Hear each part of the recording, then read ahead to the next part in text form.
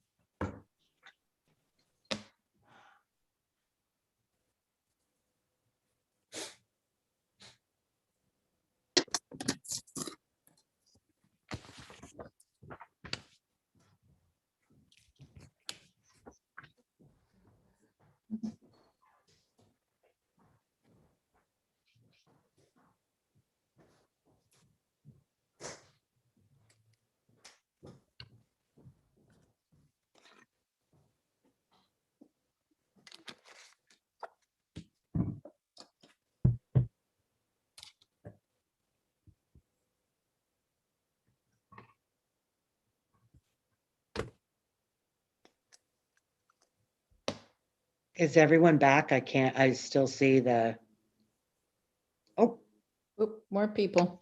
there we go. Where'd everybody go?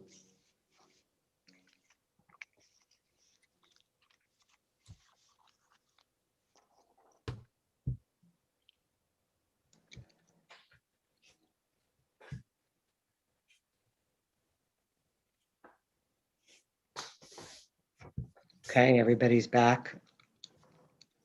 Should I wait the one more minute, Myra? Yeah, you should wait till Yeah, 6, wait. Yeah. 6 o'clock. Okay, thank you.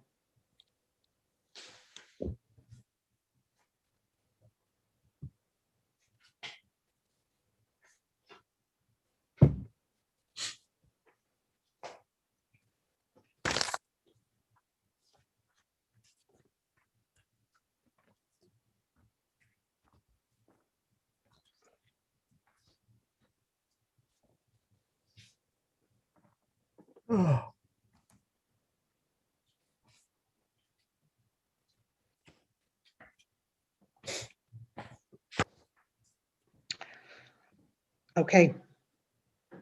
6 PM, we're going to reconvene to open session. Report of action taken in closed session. No action was taken. And we are going to do the flag salute. Tonight it is Giovanni Stein Kinnett, 5th grader from John Reed.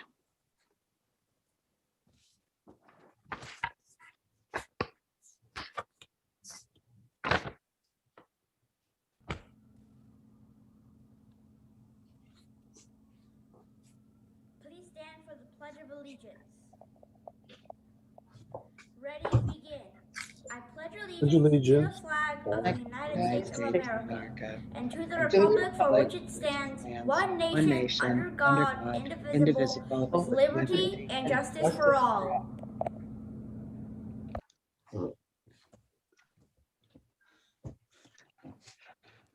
Okay, 5A presentation. I understand we have 2 comments regarding update in-person instruction.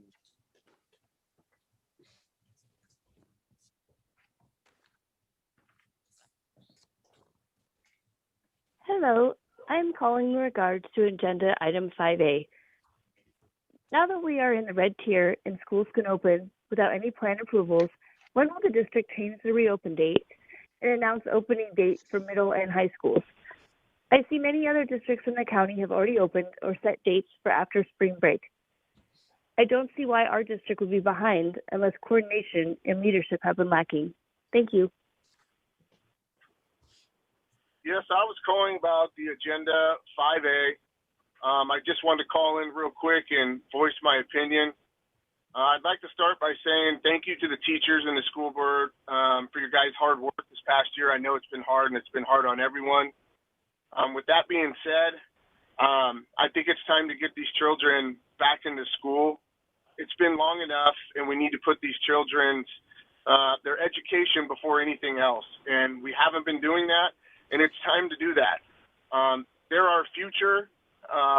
This is our next generation coming up that could be anything from a school teacher to a president. And them not being in school, not getting the right resources, it's going to hurt our society. I know everyone's been working really hard, but it's just time to get these children back in school. I thank you for my time, and God bless you.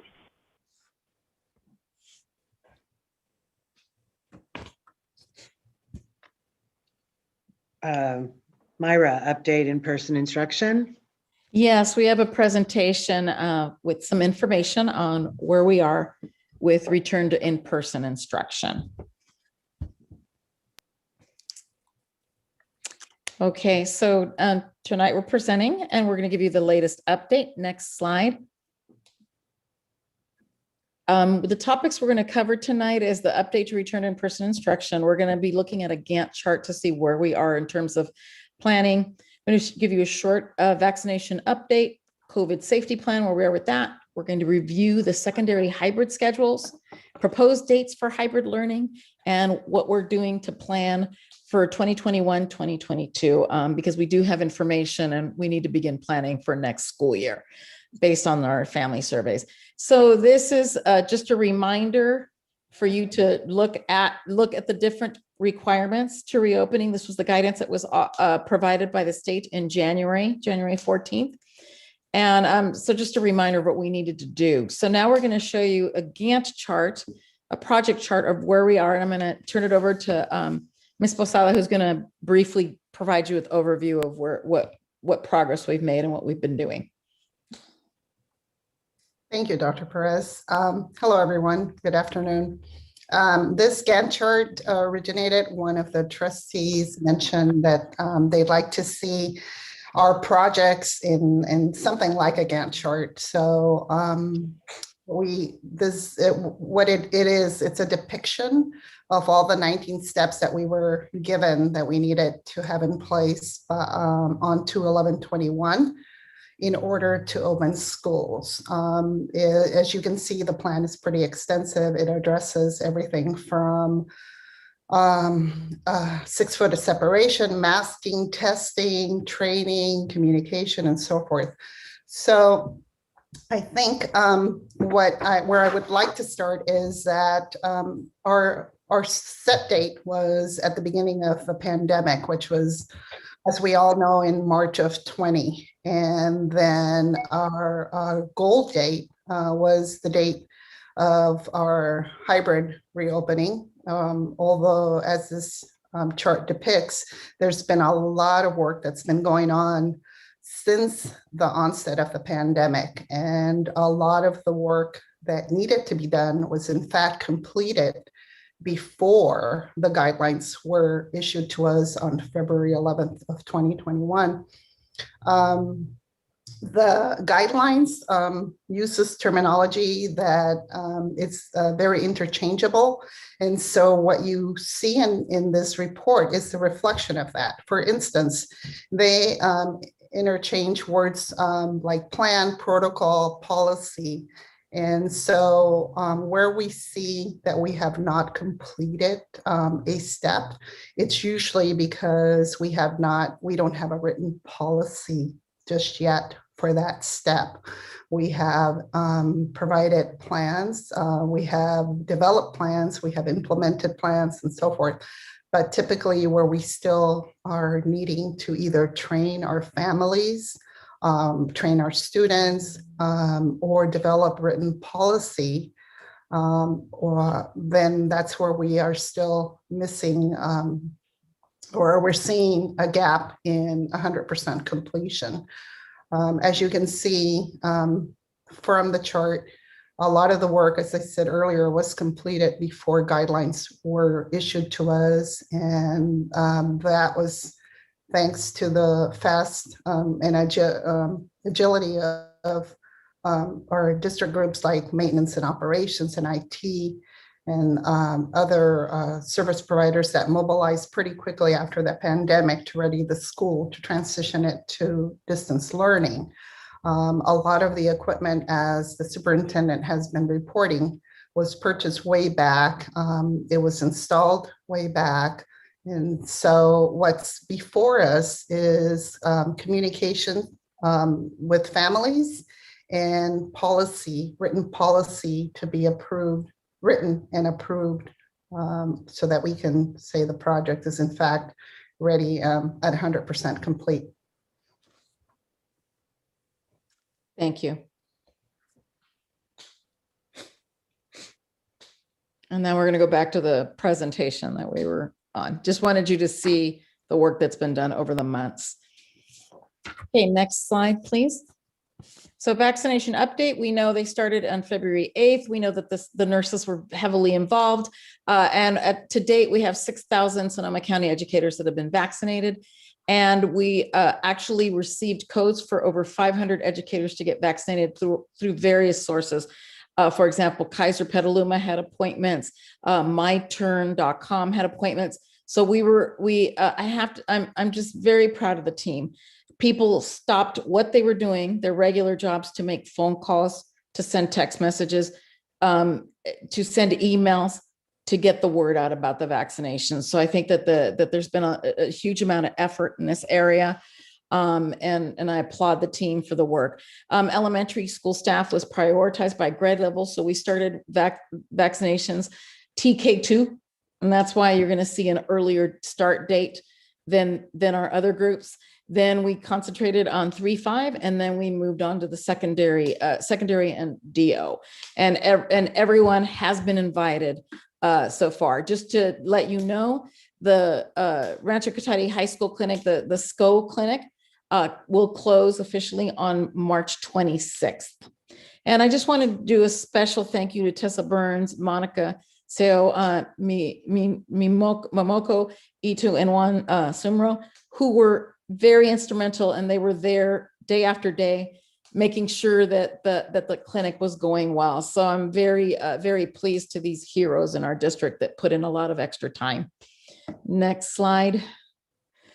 So the COVID safety plan is complete. Thank you to the work of our school site leaders, Ms. Posada. So we have it done. That was something that's completed. So the next thing we're going to do is finalize it and post it to the website by March 29th. And then what we're hoping to do is have a special board meeting on April 3rd to have it formally approved. We want to post it early on the website because that is a requirement prior to reopening. So the requirement is 5 days. After conferring with Ms. Posada, we said, let's post it as soon as we can. And that allows the public to be able to review the plan prior to returning. The school safety plans have been completed. And again, those will be posted on the school website, which is a requirement, on the 29th, which gives us more than 5 days of posting for the families to review. And then board approval would happen on April 3rd at our special board meeting. The one thing I wanted to remind. Time out. April 3rd sorry. is Saturday. I think you mean April 6th. I'm sorry, April 6th. We can do it on Saturday, but I just. My apologies. That was No an problem. error. I apologize. Okay. April 6th. Anyway, so, and then the one reminder is that County Public Health Department approval is not necessary while we're in the red tier. So currently we're in the red tier. It does not have to be submitted to the County Public Health for approval. So that speeds up the process a bit, right? Because if you recall, that was a 7-day process. Anyway, next slide. I'm going to turn it over to Dr. Perez, who's going to talk about the various hybrid schedules. You're familiar with the elementary one. We focused in on that one at the last meeting, but now we're going to see the secondary schedules, which we've finalized, and we have to a really good place now to the final stages. Doctora Perez. Yes, good evening, Board of Trustees. So this is a schedule that I believe you're familiar with from previous updates. It is the AM PM schedule with students in the AM groups attending Monday, Tuesday, Thursday, Friday, as well as the PM group attending on those days. And Wednesday is a distance learning time, as well as some asynchronous learning time. So we have ensured that, we're having appropriate contact hours, PLC time, the prep time, the lunch times. There's been quite a bit of collaboration and work to reach this schedule. So we can go on to the secondary schedules. So this is LJ's secondary schedule. You're going to see predominantly two types of schedules.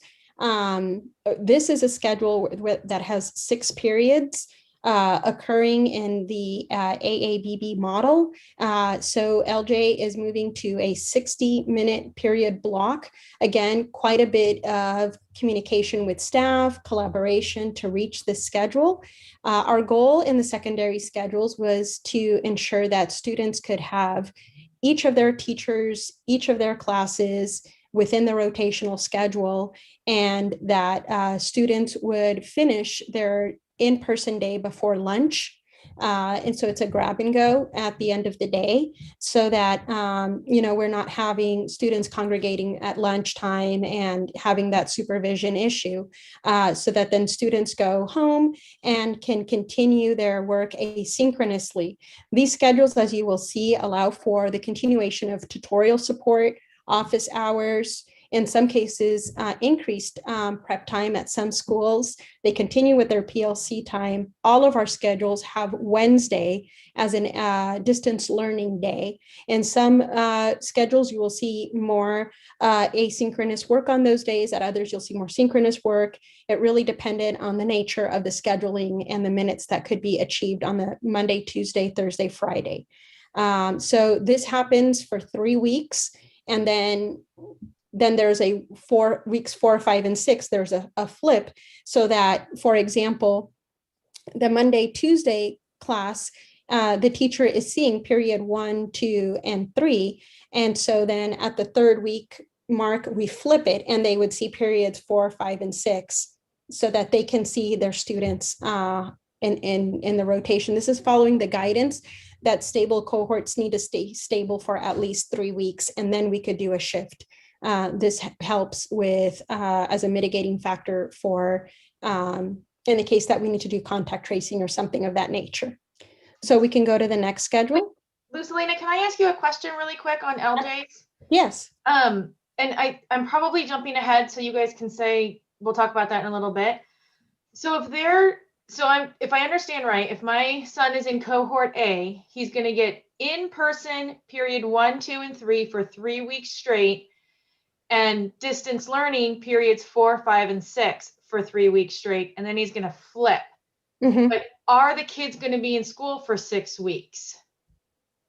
Or could he potentially have periods 1, 2, and 3 the first 3 weeks, and then maybe only periods 4, 5, and 6 for 1 or 2 He will weeks? have all his classes every week, either in person or in distance learning, but we're not stopping instruction for 3 weeks for any course. That was that's a great question, Trustee Wing, and we are making sure that every student has instruction in every single subject area.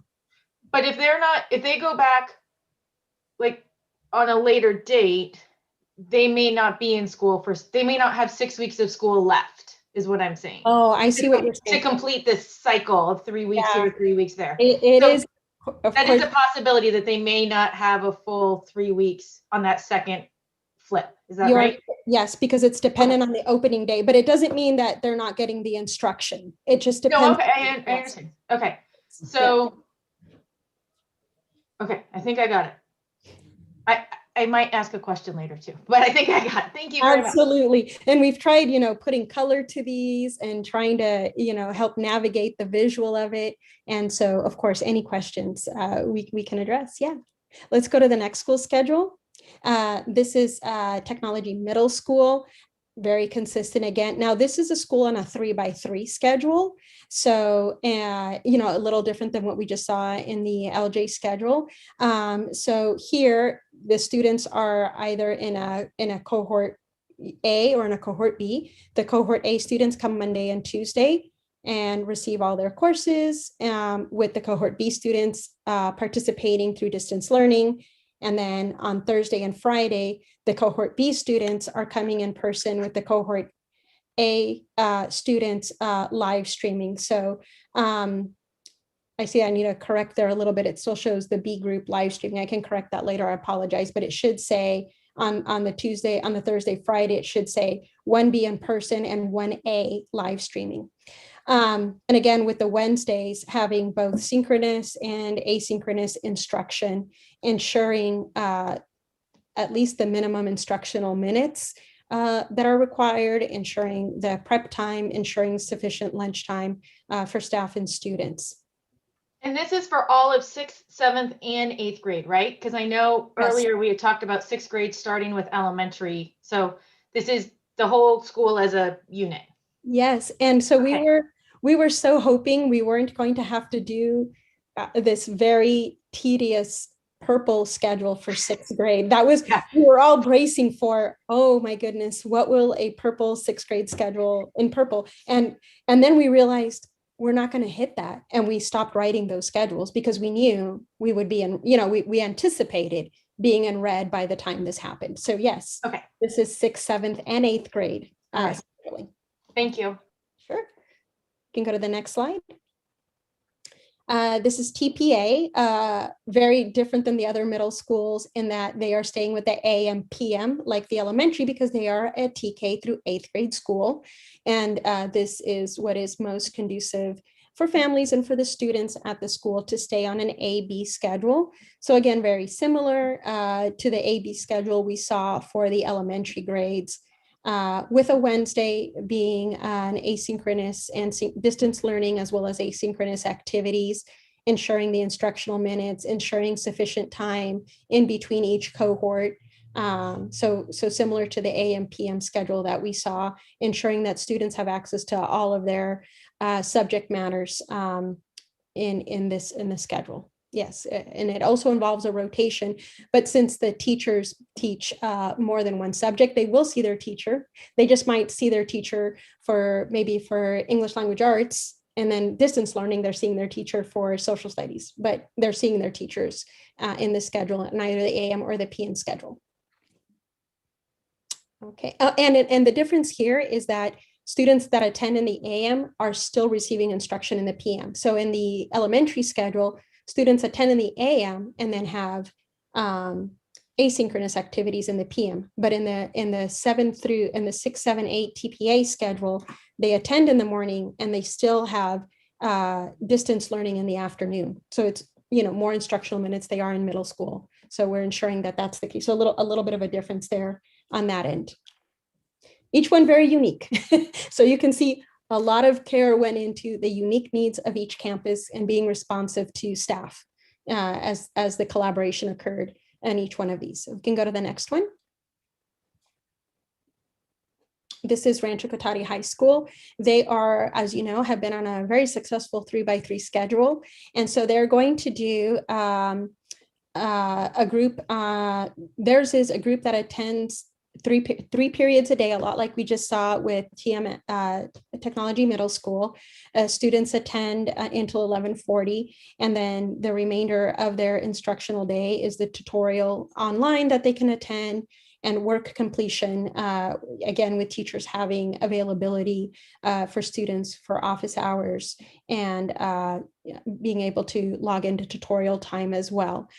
In their schedule, the students that are in the A group come on Monday and Thursday, and the B group comes Tuesday and Friday. And again, here, if you're attending in person, the day that is not your day to attend in person, you are attending in distance learning. So they are having instruction every day, their instructional minutes. And so we can go to the next schedule. This is Technology High School. It looks a little different in that they put the Wednesday is right up front. And so I meant to try to shift it over, but we were already deep into the PowerPoint and everything when I realized, oh, I should have put Monday, Tuesday, then the Wednesday, then the Thursday, Friday. And the thinking here was just building a very thoughtful Wednesday layout of how Wednesdays would work. But the Wednesdays here as well are all distance learning days. You can see the staff PLC time, the check-in time, the independent work time, and the online independent prep time, the classwork time for students on the Wednesday. With students attending, this as well has to have that 3-week rotation. So similar to what we saw with the LJ schedule, in that at 3 weeks, we have that rotational flip. So it all depends on exactly what day we're able to open for these grades, whether we'll actually get a full 6 weeks in or not. But we can't do 2-week rotations because the guidance says it has to be a minimum of 3 weeks. Because of course we would have loved to have mapped this out differently, but we're following the guidance that tells us the rotations need to be stable for 3 weeks. And I believe that's our last schedule. Yes. I don't know if right now is a good time, but I know a handful of us have gotten emails over the last couple of days of why only 2.5 hours.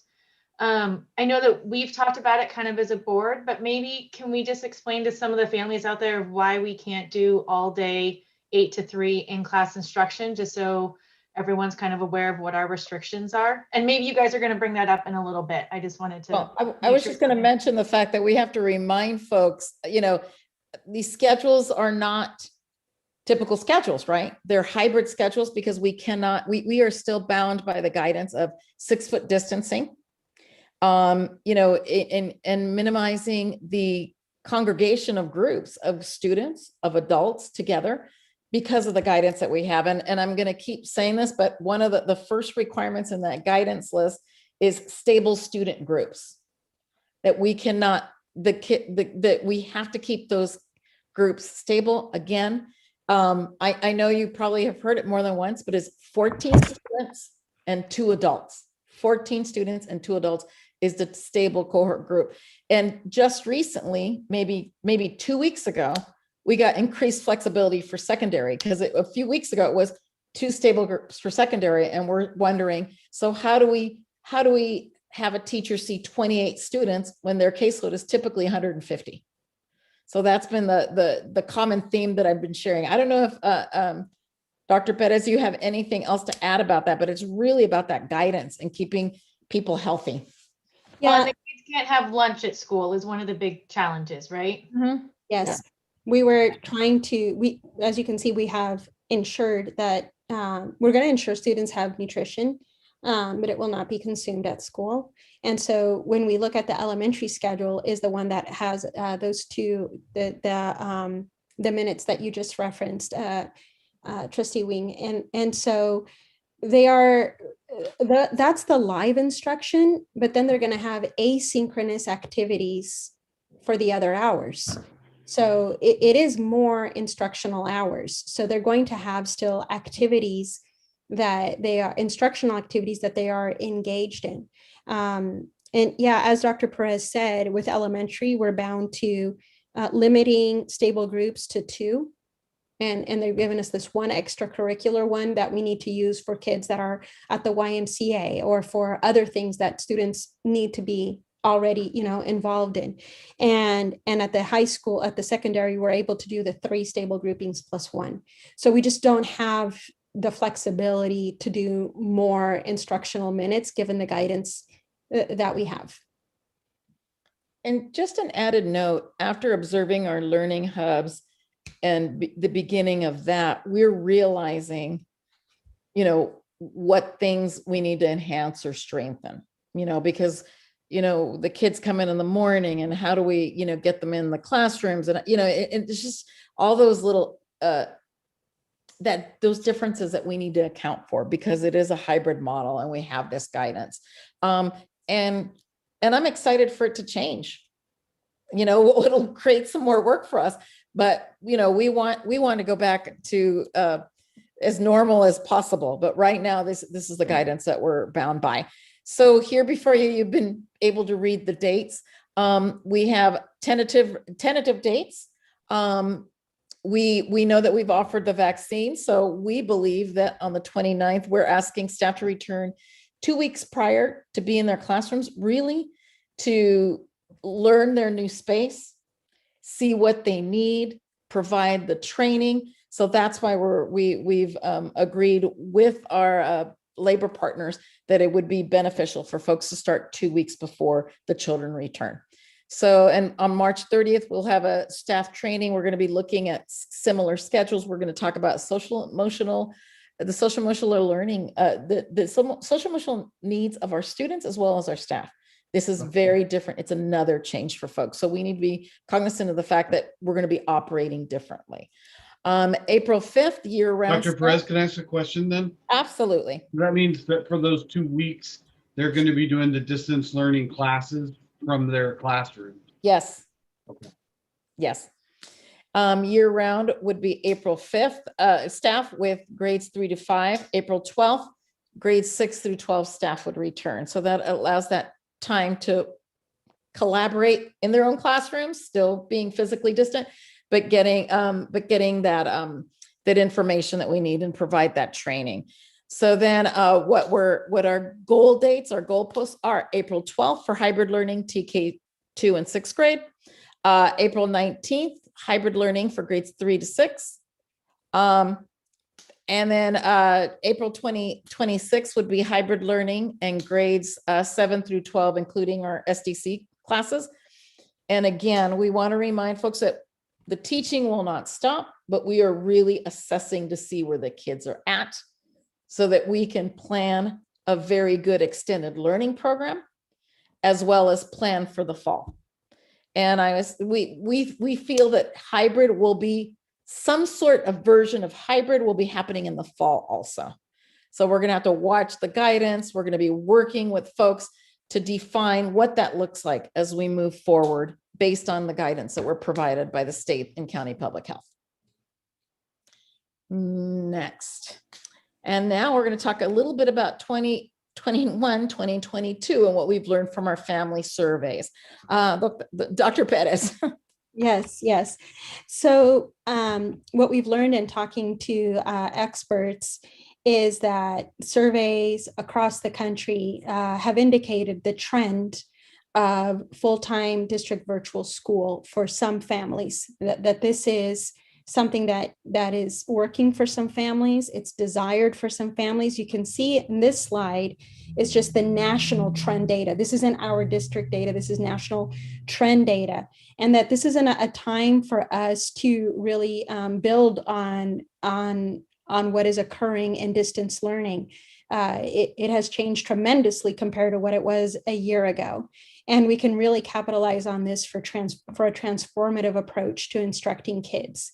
So what you see in the graph to the right on the screen is that pre-COVID, we knew that districts with virtual options were, less than 30%. And as of fall of 2020, it's 70% of districts across the country are offering virtual school options. So we need to be on this. So be getting on this virtual academy. So let's go to the next slide, and you can see the response from our families. When we surveyed our elementary families about their preference for AM or PM, we included the question that is listed here.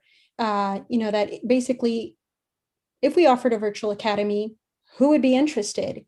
And we have 22% of our respondents, which amounts to over 500 of our parents. And these are unique answers to each student. Well, some families may have answered the survey more than once, but if a family had 3 kids, they would have answered the survey 3 times, once for each child. So it's not 533 families, it's 533 students whose parents have indicated they would be interested in a virtual option. And we're getting ready to have a similar survey of secondary.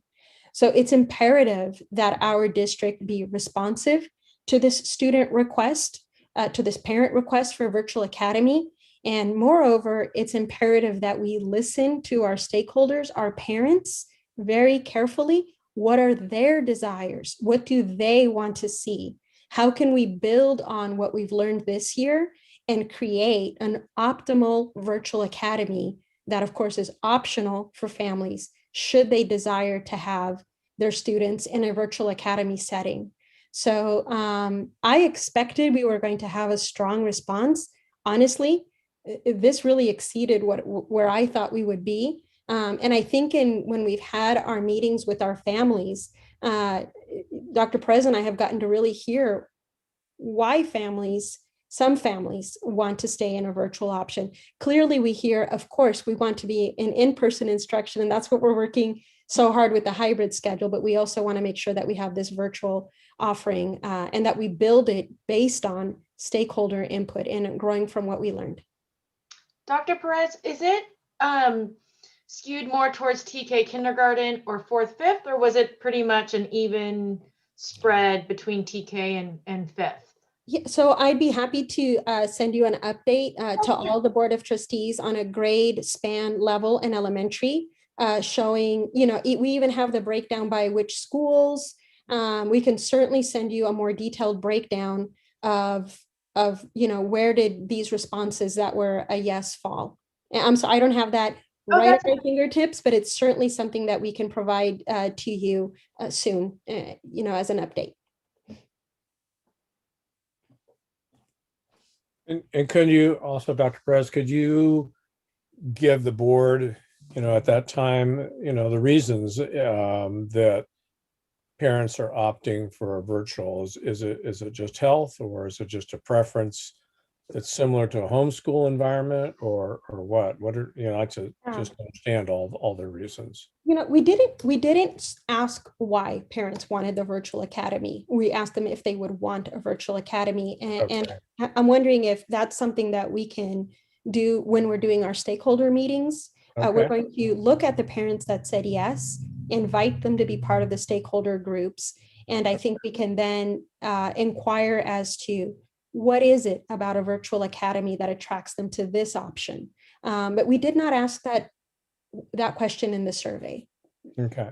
Well, one of the things we did here, I've been meeting on a monthly basis with parents, but one of the things that was kind of clear in the folks when we were talking about hybrid, there was a group of parents that was pretty adamant that their children would not be returning to school this year because of safety concerns and impact to their family.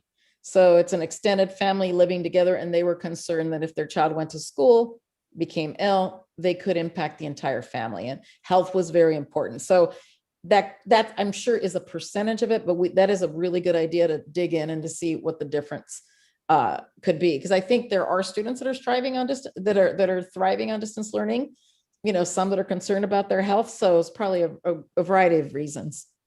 Okay, Can thank we you. add that question in when we do the secondary survey? Yes, we can add that if you answered yes to a virtual academy, maybe we can work on the question. I want to make sure that we ask it in a way that really honors where families are at. Yeah, we can work on that for sure, on adding that to the survey.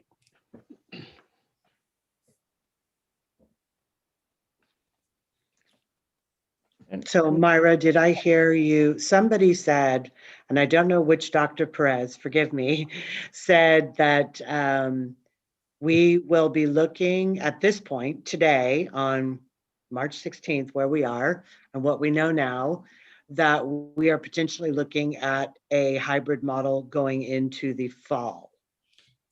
And I heard one of you say that. Yes, I said that, and it all is it's really based on the guidance. So we have to be watching really carefully to see the guidance. I'm assuming we might be hybrid because we just entered red tier and we spent about 26 weeks in purple. That could change. So I may have spoken in error, but we just need to watch that guidance and see what happens. And I have to tell you, I think, we've been cautious because of I think the county public health has been very cautious because we had been in purple for so long. So I think we have to watch that guidance. So I think a lot of those issues are out of our control, right? Of a surge or something like that would set everybody back a bit. So we just have to wait and see what that's going to look like. Right. So for example, I stated that we now could have 3 stable cohort groups at the high school. That was information we received from County Public Health. They said they looked at one of our schedules, in particular Rancho Cotati High School, and they okayed that one, and they approved that one. They did not approve others. So we were in the game. We were persisting to get that information because we've been really limited by the guidance, and County Public Health is who decides whether it's safe. How many cohort groups, so they define it, and we insisted, hey, how do we do this for our secondary? And they said, and they approved our schedule. That's good to know. Thank you. Sure. Next, I don't know. Oh, any questions that any trustees may have?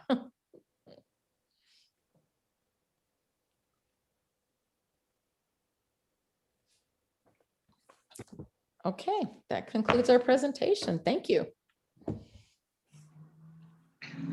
Okay, we will move on to item 6, public comment, items not on the agenda.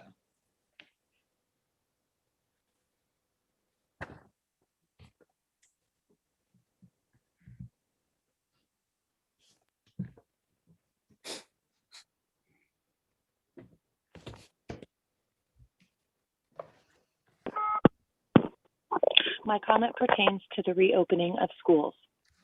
It is shameful and a disgrace that a year later, our county has finally reached the almighty red tier, and secondary schools aren't swinging their doors open for the students K through 12. You've had a year to plan and formulate a safe plan and put the protocols in place. The complete and utter negligence and failure laid upon these children is heartbreaking. No more excuses. You can no longer say, we cannot accommodate the amount of kids to the teachers. They just have too many students when it comes to secondary schools. If it is so impossible, then please explain why Kenilworth and Casa Grande High School students are back on April 19th. Because it is possible. So tell the truth and explain to us the real reason that this district has not set reopening dates for those grades 7 through 12. It is because there was no real guidance, no real determination, and never a plan to do so in the first place. Why hasn't anyone thought to reach out to Marin County Public Schools, Petaluma Schools, and ask how they reopened and or are reopening with such success, and then follow that same blueprint? And while I sing praises with the rest of you for finally bringing back kids this past week to our elementary schools, please make no mistake, this is nothing new. It is not just small schools out in Bolinas, as mentioned in a previous board meeting, that have done this. It is Petaluma, specifically Corona Creek Elementary and Cherry Valley, and Marin County Public Schools. They have all been doing these small cohorts for, if not all, but most of their entire school year. If you don't believe it, call around and ask. I encourage you to discover what other districts have managed to do for their students throughout this pandemic, and even before any vaccine was made available. District used careful and critical thinking when it came to meeting the needs of their students. They submitted the waivers even while in purple tier and brought their students that were very much in need back on campus and safely. And Rohnert Park could have been doing the very same all along for their students if an ounce of effort had been shown. Instead, the faculty has just chosen to throw their hands up and repeat, our hands are tied while we're in purple tier. The fact that we could not at least meet the needs for our most at-risk and vulnerable students is unconscionable. When is the discussion going to take place for getting students back full-time in the fall? This discussion needs to be happening now with the union and now at your board meetings. Parents need to prepare and plan.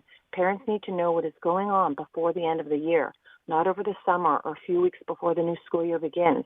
We need to know now so we can make arrangements with work or to get back to work or transfer our children and enroll them in a district that can offer an education. Parents need to know now. I hope this meeting does not conclude tonight without a set return date to school for all Cotati Rohnert Park students for April 12th and April 19th. Thank you. Thank goodness we're finally in the red tier.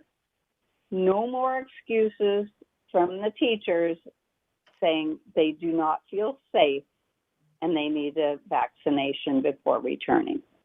The time is now to set a definite return date for our students and definite hours of instruction, a definite plan for the summer program that funds have been made available, and the return to full in-person classroom teaching in the fall.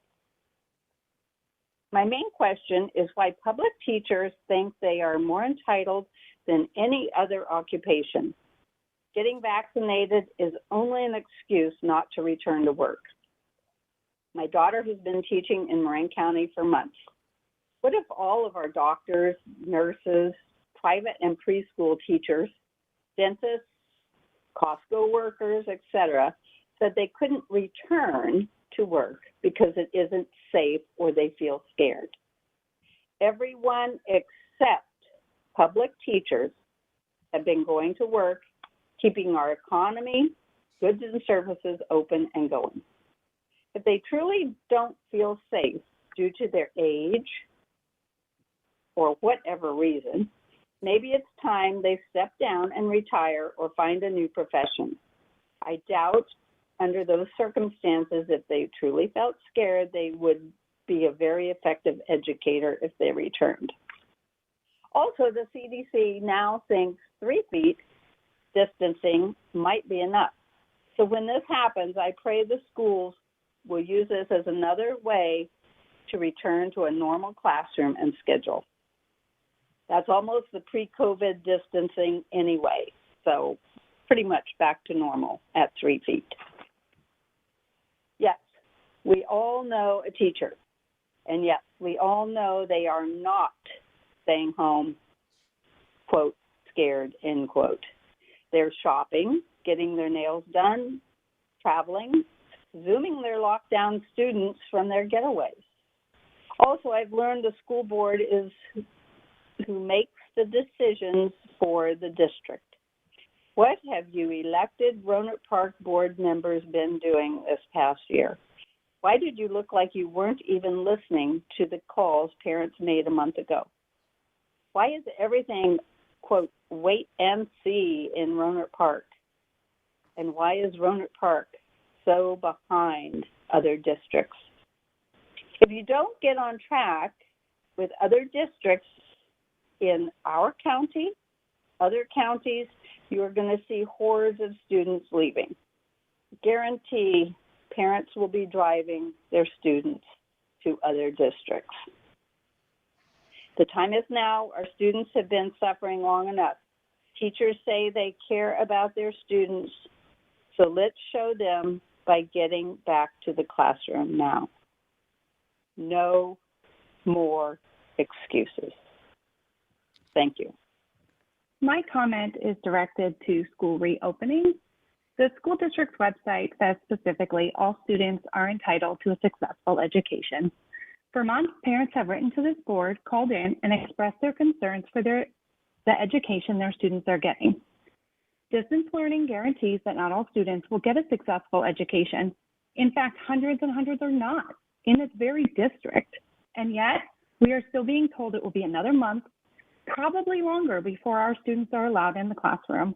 And that is wrong. That is not doing the job this district is supposed to do, which is to provide an equitable education to their students. I don't know what this district has been focused on for the last year plus, but it has not been learning, despite what the website says. And now we are in the red tier, the moment we have been waiting for. And still, this district is not ready to welcome kids back to successfully educate them. We watch districts around us get ready to go back following spring break, and we are weeks away, left in the dust by everyone around us who has spent time preparing so they could serve their students once they were in the red tier. I teach in this district. I know how hard teachers have been working, and still engagement has fallen off. Enthusiasm for learning is gone. Secondary students need to be back in the classroom. They are being left out of plans, left out of this equation like their education doesn't matter. I'm a parent in this district. I see how hard it is for students to be focused, to be engaged, to learn, and to retain. It's not happening. We triage the work given into must do, and maybe we'll get to that because it's not worth the fight. My own kids were engaged and loved their schools, and now it's a fight to log on in an attempt to learn. It is sad that this district has lost their focus. All students are entitled to a successful education. For most of them, that means in a classroom. I urge this board, the Dr. Perez's, and RIPSIA to make it happen faster for the sake of the children you are supposed to be serving. Good evening. This is for comments not on the agenda. Each week I watch these board meetings showing presentations of what the district has done to prepare for bringing students and teachers back to the classroom. Desk shields, air filters, hand sanitizers, automatic paper towel dispensers, and even a crisis go monitoring system, and so much more. Last week it was mentioned several times about the number of teachers that have been vaccinated and the push for April 12th opening. But it was also mentioned that teachers have not been vaccinated. How will the district support all of the teachers that will not be fully vaccinated by the target date of April 12th? Many teachers will not receive their second dose until the first or even the second week of April. They will not be considered fully vaccinated until 2 weeks after that second dose. What are the district's plans to support the teachers? Thank you. I watched the special board meeting on March 9th. It was wonderful to see pictures of the learning hubs with students back in the classroom. It felt nice to celebrate this step forward. But let's not forget that CRP USD is way behind the curve. Other schools in our area have had their most vulnerable populations back in learning hubs for months. Now, as many parents have feared, we find ourselves in the red tier and unable to open. No approved plan, no approved MOU, no students in school. Leadership comes from the top down. We do not have the leader at the helm. Board of Trustees, I urge you to do your job and hold the superintendent accountable. My comment is regarding the reopening of schools. It is infuriating that our elected board president and the supposed voice for children and parents of this community can be, or at least come across as so uninformed and out of touch as to what is going on in and around our community. So much that she needs to Google things prior to meetings. How is it that parents know more about what is going on with these reopenings than the board president? She seems oblivious to details that surround safely reopening our schools, and to be honest, does not seem the least bit concerned about these children and caring if they even step foot in a classroom again. Her lack of knowledge is not only damaging, but slowing the process down during this critical time, and all I hear her create are excuses, not solutions. Thank you for an opportunity to provide public comment. For months, parents have voiced concern that CRP USD was not acting urgently enough to finalize reopening plans. Parents have been publicly criticized for advocating for their children and for more action while in the purple tier, so that when we reach the red tier, we would be able to open. Well, here we are. We're in the red tier, and schools are not open. Dr. Perez has indicated an opening date of April 12th for TK through 2nd and April 19th for 3rd through 6th grade. No date has been announced for 7th through 12th grade. This is simply not acceptable. Students of every grade level need to be back in the classroom. Dr. Perez and RIPSIA need to accelerate their plan, and the Board of Trustees need to hold their feet to the fire to get it done. Our kids have suffered long enough.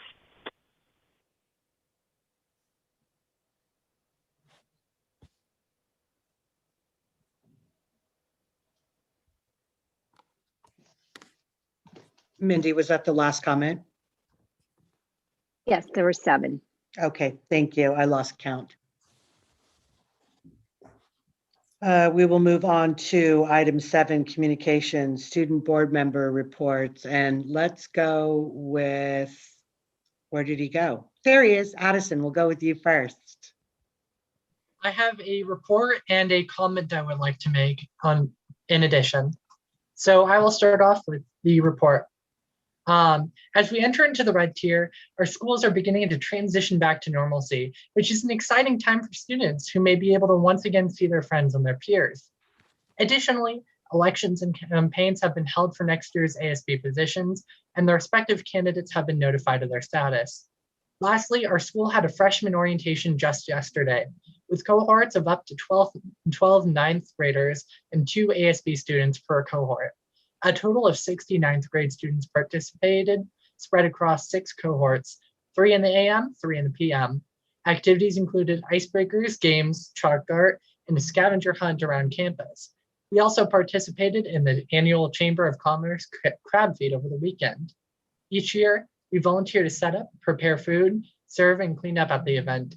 And while this year looked quite different with the outside drive-through go-do service, THS was happy to volunteer out in the community again. We can't wait to do more events like this in the future. As on to our reports, from Video Committee, they are continuing to produce weekly videos for the student body. Podcast Committee is finalizing and editing videos and planning release dates. And our Drive-In Movie Committee is currently searching for venues and movie licensing. As for our clubs, for Medical Club, they had a successful medical school student panel last week, where 3 wonderful med students joined their meeting to talk about their experiences and their difficulties in their journey. Many of the Technology High students had their questions answered. They will be doing another one with them soon for those that didn't get to make it. For Sustainability Club, they are currently in the beginning stages of an annual Crane Creek cleanup, and they're working on getting a tentative date confirmed for May 22nd.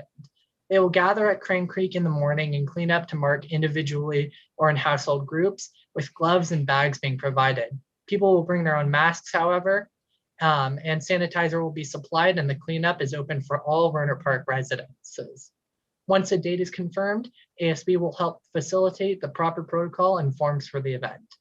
And lastly, for our robotics team, they are still going into campus to keep on working, and they are now starting to assemble the electronics tube, and they're looking forward to doing full robot system tests soon.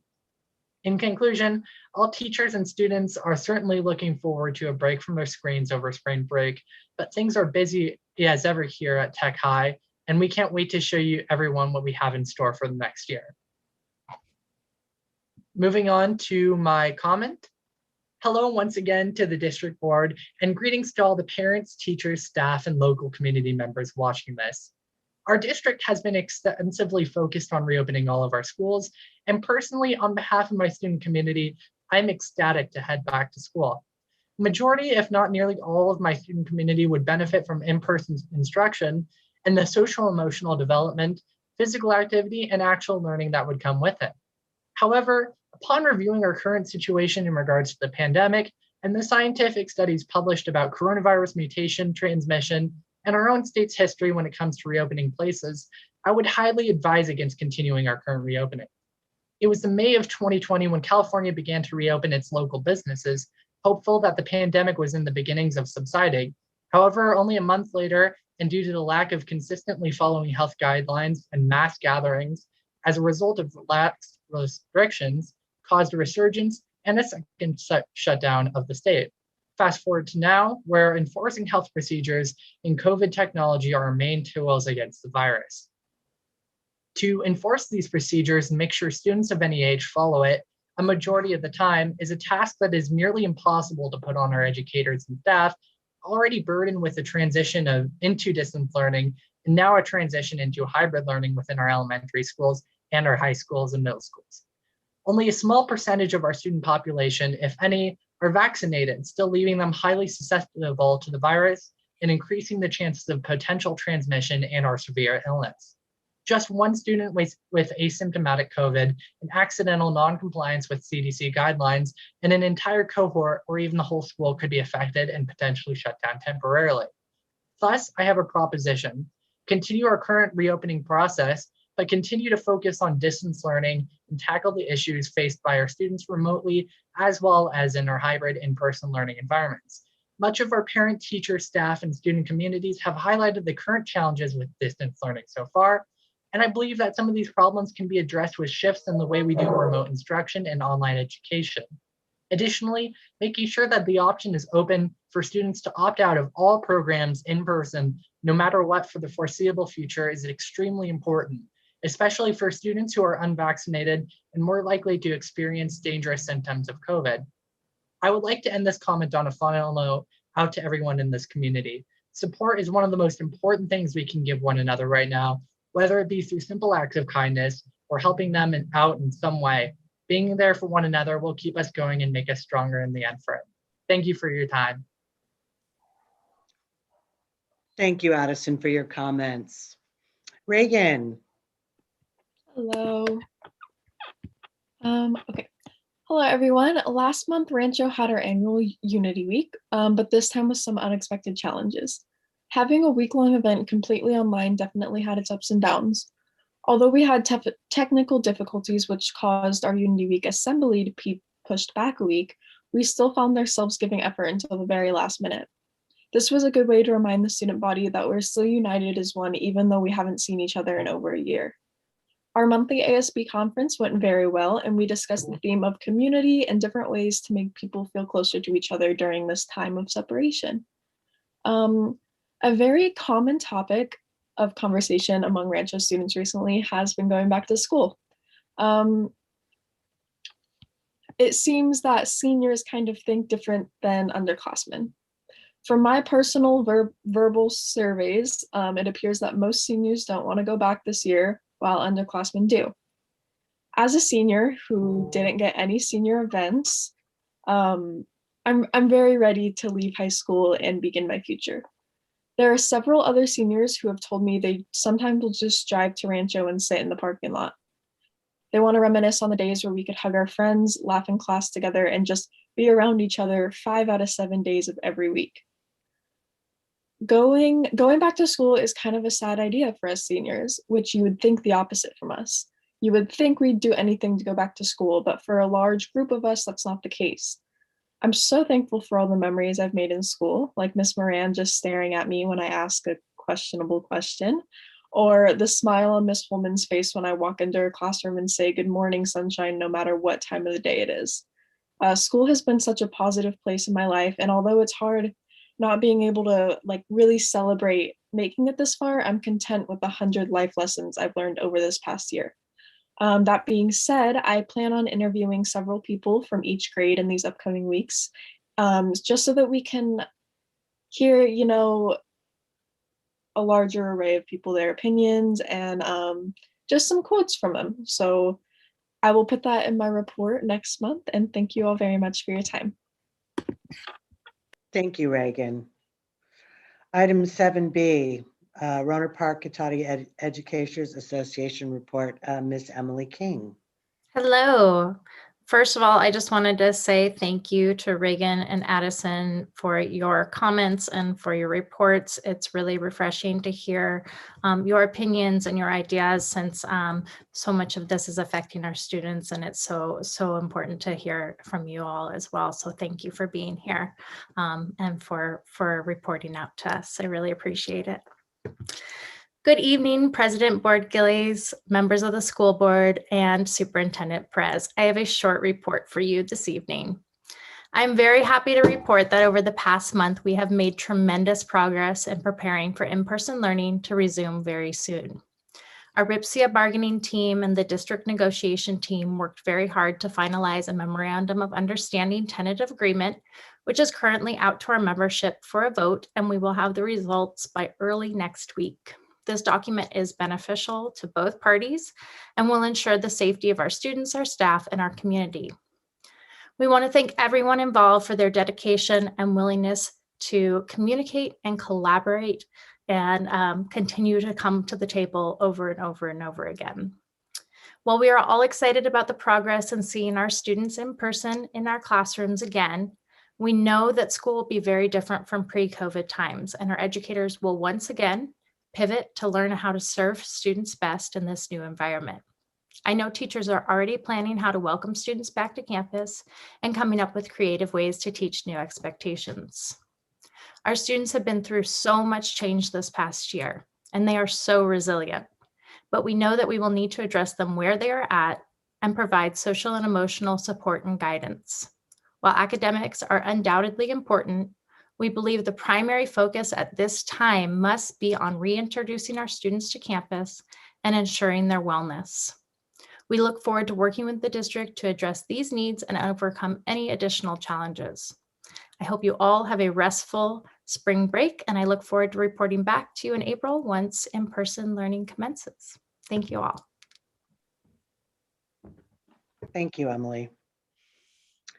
7C, receipt of official correspondence. We do not have any correspondence this evening. Great, thank you. Item 8, consent agenda. Trustee Brown, you wanted to talk about items D, E, and I.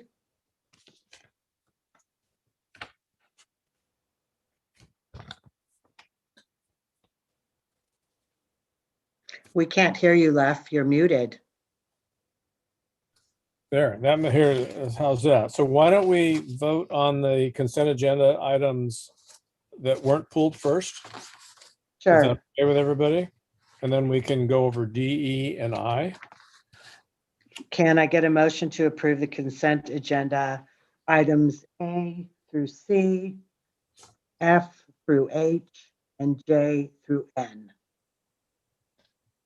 I move that we approve those as stated. Can I get a second, please?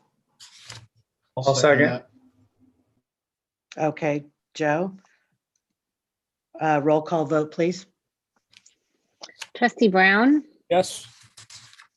Trustee Chimino, Yes. Trustee Gillis, Yes. Trustee Nelson, Yes. Trustee Wing. Yes. Thank you. Left, you want to talk about item D, ratification? Yeah, I'm gonna combine D and E type thing this time of the year. Usually this time of the year, we see,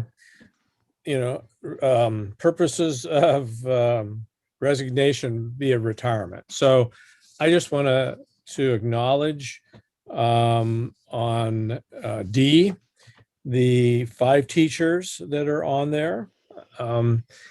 If you've been around this district and you look at these names and you go, wow, these people have been here a long time. And these are the people that make our district.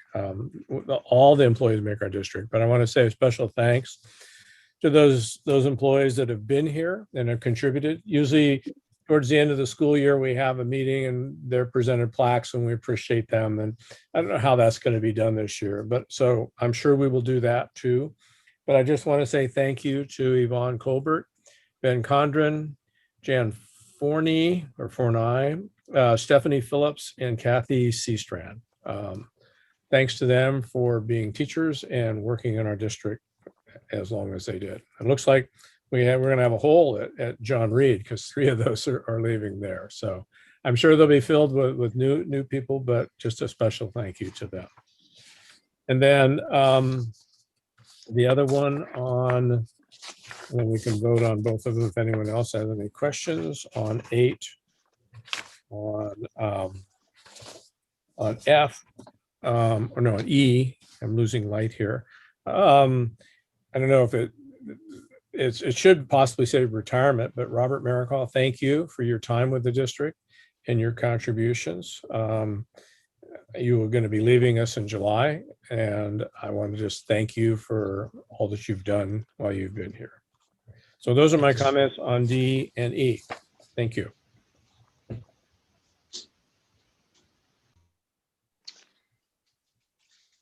So do we want to vote on those 2 and then discuss I? Yes. Okay, can I get a motion to approve consent agenda items D and E? I move that we approve agenda items D and E. Can I get a second, please?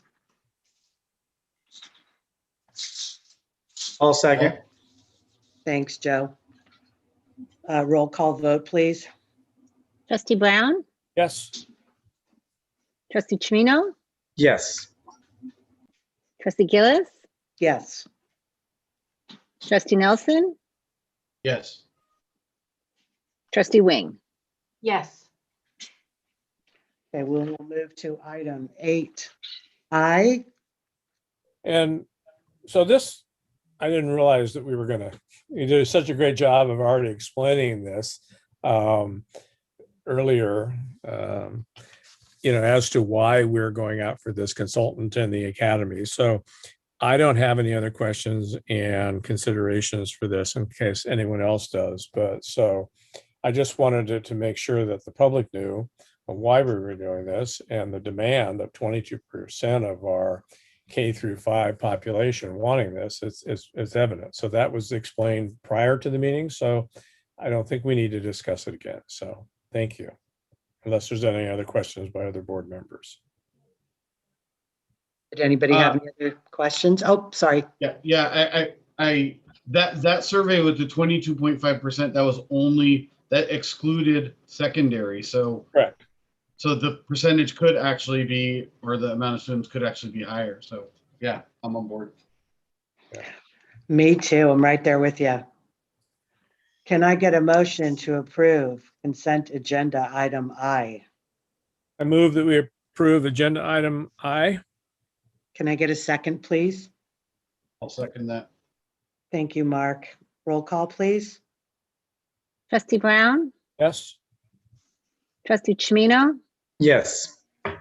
Trustee Gillis, Yes. Trustee Nelson, Yes. Trustee Wing. Yes. Okay, we're going to move on to 9, Educational Services A, school calendars for 2021. Does anybody have any comments or questions? I do. So when I look at the calendar, it looks like we're adding, if we have to close at some point probably in the fall due to fires or PG&E outages or any of the reasons we've closed over the last 3 or 4 years, we're adding emergency days to the calendar at the end of the school year. So on June 6th and 7th. My understanding is we need to add these days on because we've lost instructional days. So I went and looked at Petaluma, Santa Rosa, Rankin Valley, Windsor, and then a handful of other districts. Their emergency closure instructional days are kind of scattered in that March, April section. So I don't understand if they need to be instructional days, why are we adding them on the end of the school year? Because not much instruction is going to happen on June 6th and 7th. The last days of school are recess and play days, not instructional academic days. My other concern is if we're going to come back on Monday, June 6th for a 4-hour day, are parents actually going to bring their kids back for 4 hours on Monday, June 6th? I know a lot of families that if we say June 3rd, the last day of school, they're on vacation on June 4th and school's out for summer. So I'm concerned about that. And I guess I don't understand why we're putting them at the end and why we wouldn't scatter them in the middle like the rest of our districts did. And then my other question is, did we have parent input in this, or were we only going to our union negotiating teams? Because I think it's really important, especially if we have the parent advisory committee, that we're utilizing our parents, because this drastically affects them as well. And what do they want to do? So I'm not really in love with the schedule, but I was just maybe thinking we could talk about it or decide. I don't know how everyone else feels about it, but I'm not in favor of it. So thank you for your comments, Trustee Wing. I'm going to have Dr. Bettis provide you with background information. Both of us, let's be honest, are new to the district. So this was a protocol that was already in place. So we'll tell you what protocol was in place, and we can certainly consider your input of trustees to modify the process to be a different one. But we inherited a process which we'll explain to you. Thank you. So several committee meetings were held for calendar committee meetings to take a look at. We had several drafts and options that went out, including with the closure dates being more, like you suggested, earlier in the spring. In order to have closure dates earlier in the spring, that means that there would have to be days off that become emergency days. In order to have days off that become emergency days, we would have to start the school year earlier. And so with the school year start, one of the things we want to do is build a really great summer learning loss mitigation program and still give kids a break. We didn't want to start the school year any earlier than we have it set to start in August. And so these were the discussions that we had. We also have a tradition of graduation day being on a Friday. So a couple of things that were like locked in for us was the traditional end of year being on a Friday for graduation, very historic in the district, and also not bumping that start day any earlier. So those are the things when you look at the calendar, in order to build an earlier emergency day, it means that it would have to first be a holiday, be a day off that then becomes an emergency day instead. And that's really the only way to achieve that. So we wanted to make sure that our return to school, didn't happen too soon. There were so many conversations about the schedule, a lot of iterations of the schedule. Like I said, 3 different options went out to vote to all 3 labor partner organizations. They gave their feedback, they gave their input, and in the end, these were the plans that they identified. It is our hope to not need the emergency days at all. Obviously, it would be great to prevent having to have the emergency days at all. Of course, we have no control over that. That's dependent on nature, right? But in a nutshell, that's really the understanding here. Is the other schools that have the other districts, they have they either have an earlier start date or they have a different type of vacation break in the winter. And these are things that are just so already established for our parent community that we didn't want to change the length of the other times off that are already embedded in the calendar. So if, just real quick question. So if students will graduate then on June 3rd, but if we have to come back, I'm going to graduate on June 3rd and then come back to school for 4 hours on June 6th if I'm a senior? If there's been an emergency that calls for that grade level, there would need to be some type of instructional activity in order to capture attendance for those students in the 12th grade. Okay. In that example. If a majority of students don't come back on June 6th because they're already on vacation or parents don't want to bring them back for a couple hours, what financial impact does that have on us as a district? Because now we have too many kids absent on the last day of school. I can take that one. Thanks, Robert. Yeah, so we're funded on what we call P2 attendance. The LCFF is funded on P2, which is basically in mid-April. So if anything happens after that point, it doesn't affect our funding at all. But our lottery funds are affected, right? That it will, but we're really talking, I'm going to say a handful of students on for one day. It'll have very minimal effect on any of the funding.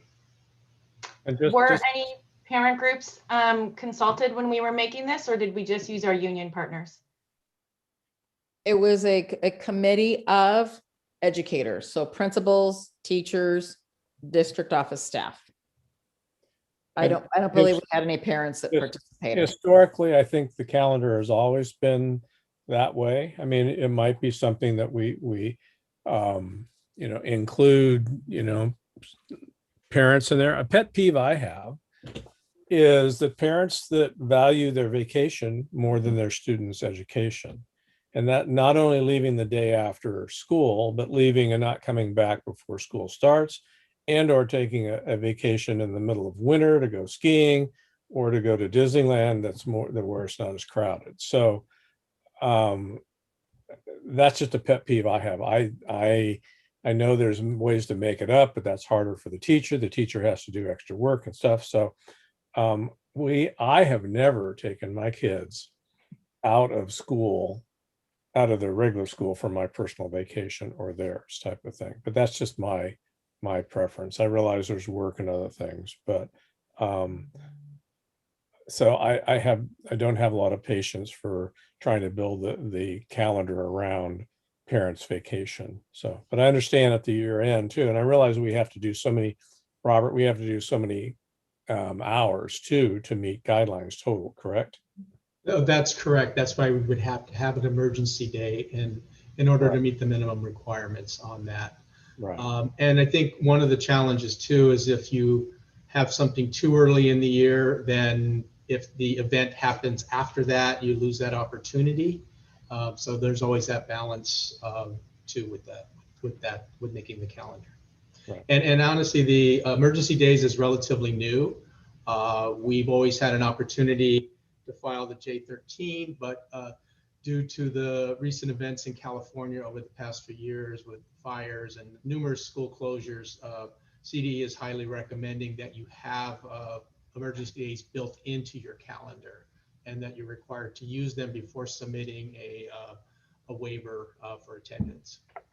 And the emergency day is to make up for academic loss because a kid missed a day of school. If I miss a day of school in December, I can guarantee you I'm not getting academics on June 6th. June 6th is going to be a play day for these students. So my challenge is, if we're trying to make up lost academics, it makes more sense that I would learn more if I had an extra day in March or April than if I had an extra day on June 6th. So to me, it's busy work to come back for June 6th. It's so that we can say, hey, our kids were in school a certain number of hours. So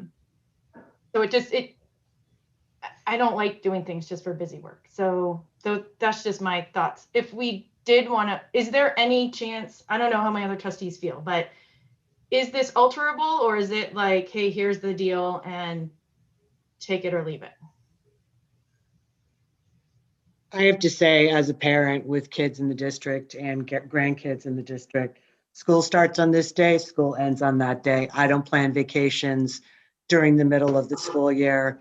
If school goes to June 6th, it goes to June 6th. That's my personal opinion. There's going to be parents that want to keep their kids, and this year too, I don't know how many people are going to be taking off in June while we're still in a pandemic, going on vacation, but there may be some. So Yeah. that's my 2 cents worth. I think we can, in the event that we need the emergency day, given the, historic trend of when we've, when we've had to shut down for fires and things of that nature, we could come back to the board after that emergency day is taken with a plan of effectively how we will utilize meaningfully that day in June, so that it isn't left to a very, something that we can plan for that June day as soon as we know we need that June day, and make it a meaningful type of experience for students.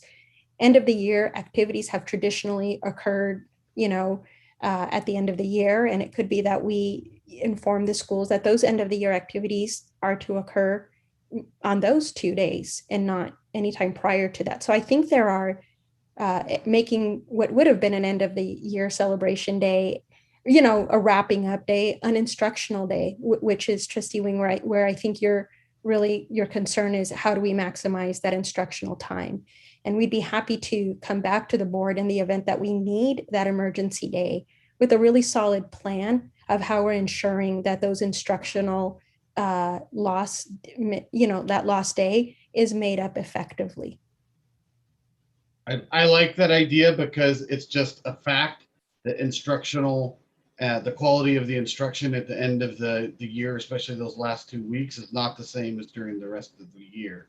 So I also share Trustee Wing's concern that after graduation ceremonies have happened, that a lot of people they'll be checking out for school. Like, one kid graduated, I have to send another kid back next week. I just don't see our attendance being that good for those 2 extra days if needed.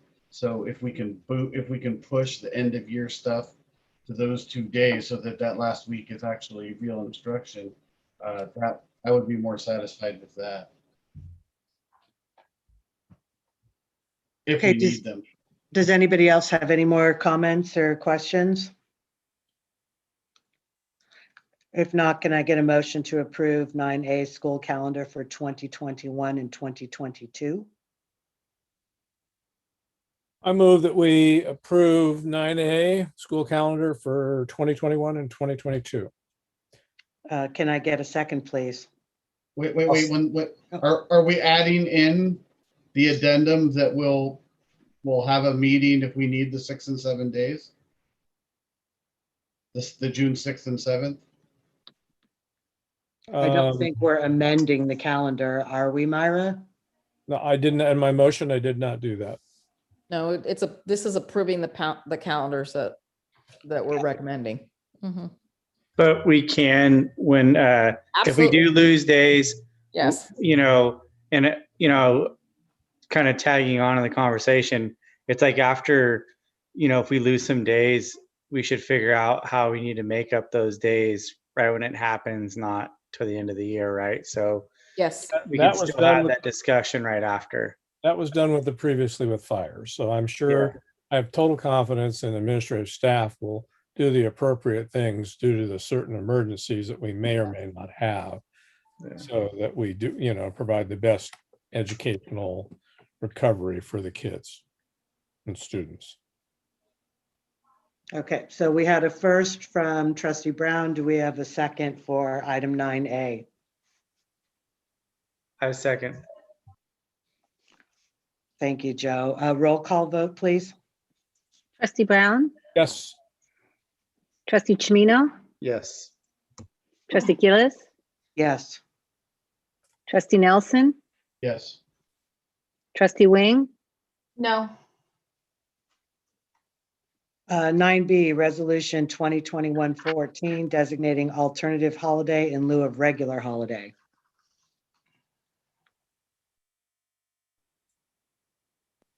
Does anybody have any comments or questions on that item? If not, can I get a motion to approve 9B? I approve 9B, Resolution 2021-14, designating alternate holiday in lieu of regular holiday. Thank you, Lef. Can I get a second? I'll second. Thanks, Joe. Roll call, please. Trustee Brown, Yes. Trustee Chimino, Yes. Trustee Gillis, Yes. Trustee Nelson, Yes. Trustee Wing. Yes.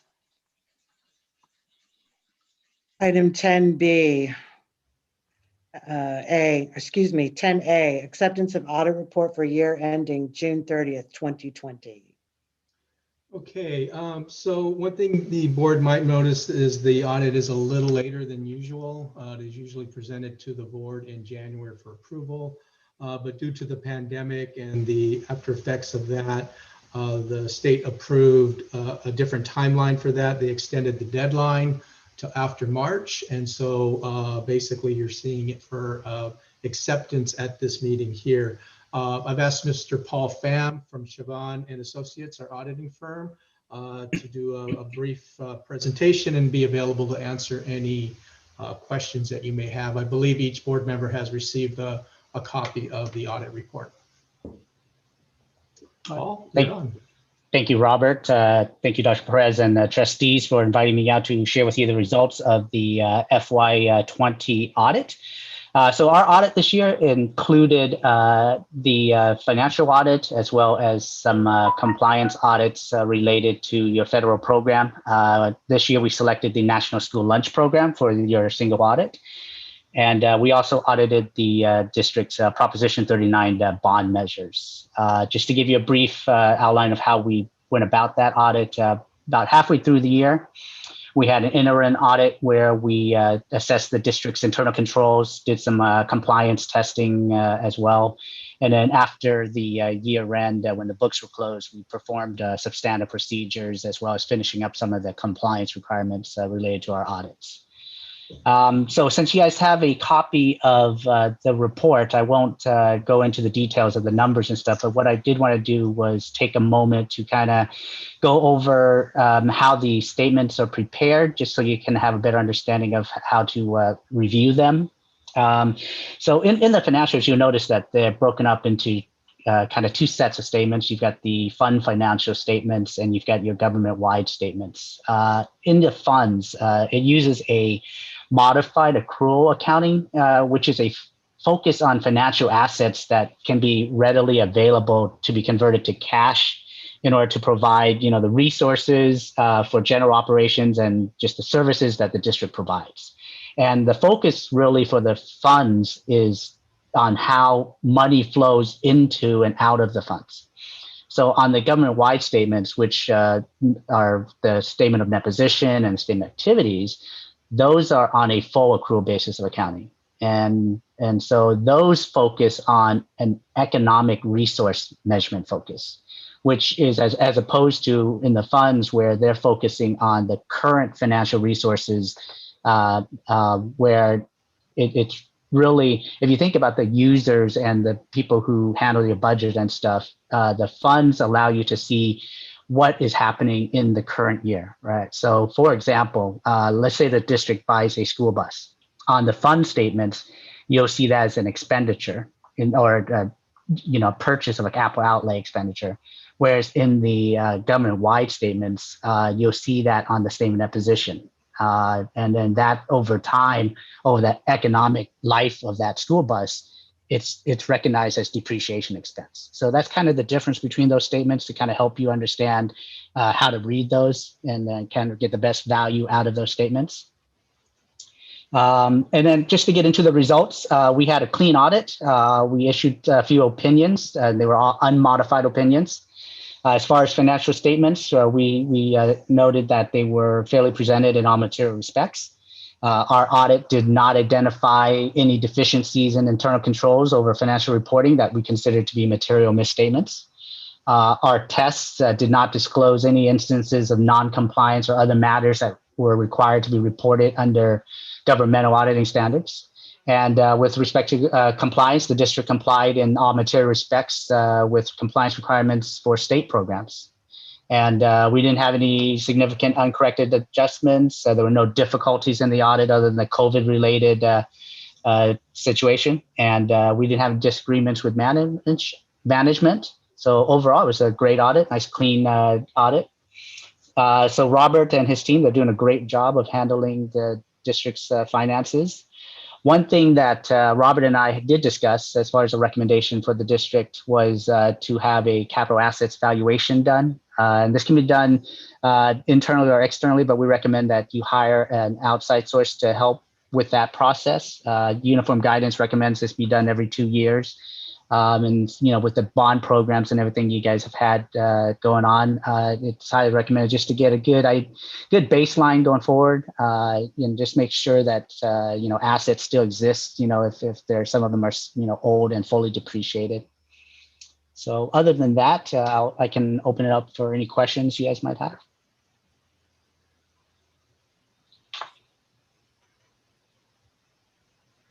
Does anybody have any questions? I don't. The only yes that was on the report of findings was that we're a low risk auditee, so that's a good yes. Yes. Yeah, for our purposes, that kind of determines the coverage that we have to have on this district's federal compliance, the single audit.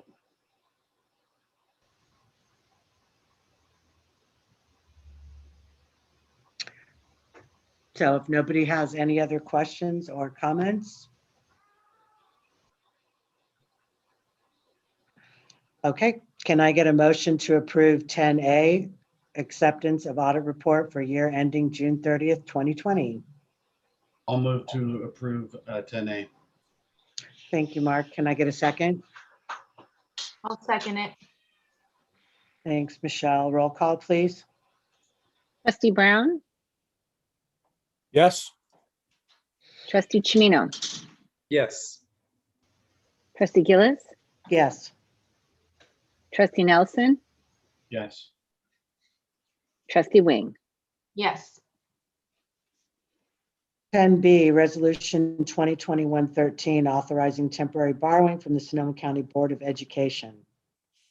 Thank you, Paul. I appreciate it. And I just also want to give some kudos to the business office staff. They're the ones that really focused on doing things the right way in compliance, and they do all a great job, and it's reflected in a clean audit. So thank you. Okay, the next item, 10B. The board's very aware of the kind of the history with the state finance as far as the May revision and the impact of the COVID-related impact on the state finances, the budget that we got from the state, and then subsequently we had the enacted budget, which loosened some of the severe cuts that we were expecting. And in order to do that, they came up with one of the gimmicks that the state does. I'm using that word gimmick, but basically what they're doing is they're using deferrals as a way to provide the cash to school districts. As a result of those deferrals, the district has a need to borrow to offset our cash shortfalls. If you recall, back in January, we did bring an item to the board to approve the CSFA trans at that time. And at that time, we informed the board that we were looking at another option. That approval did not lock us into anything, but it did give us that option, and we would have to make a decision at a later point of time. So we do have another option with this, and this is actually doing a program through the Sonoma County Board of Education.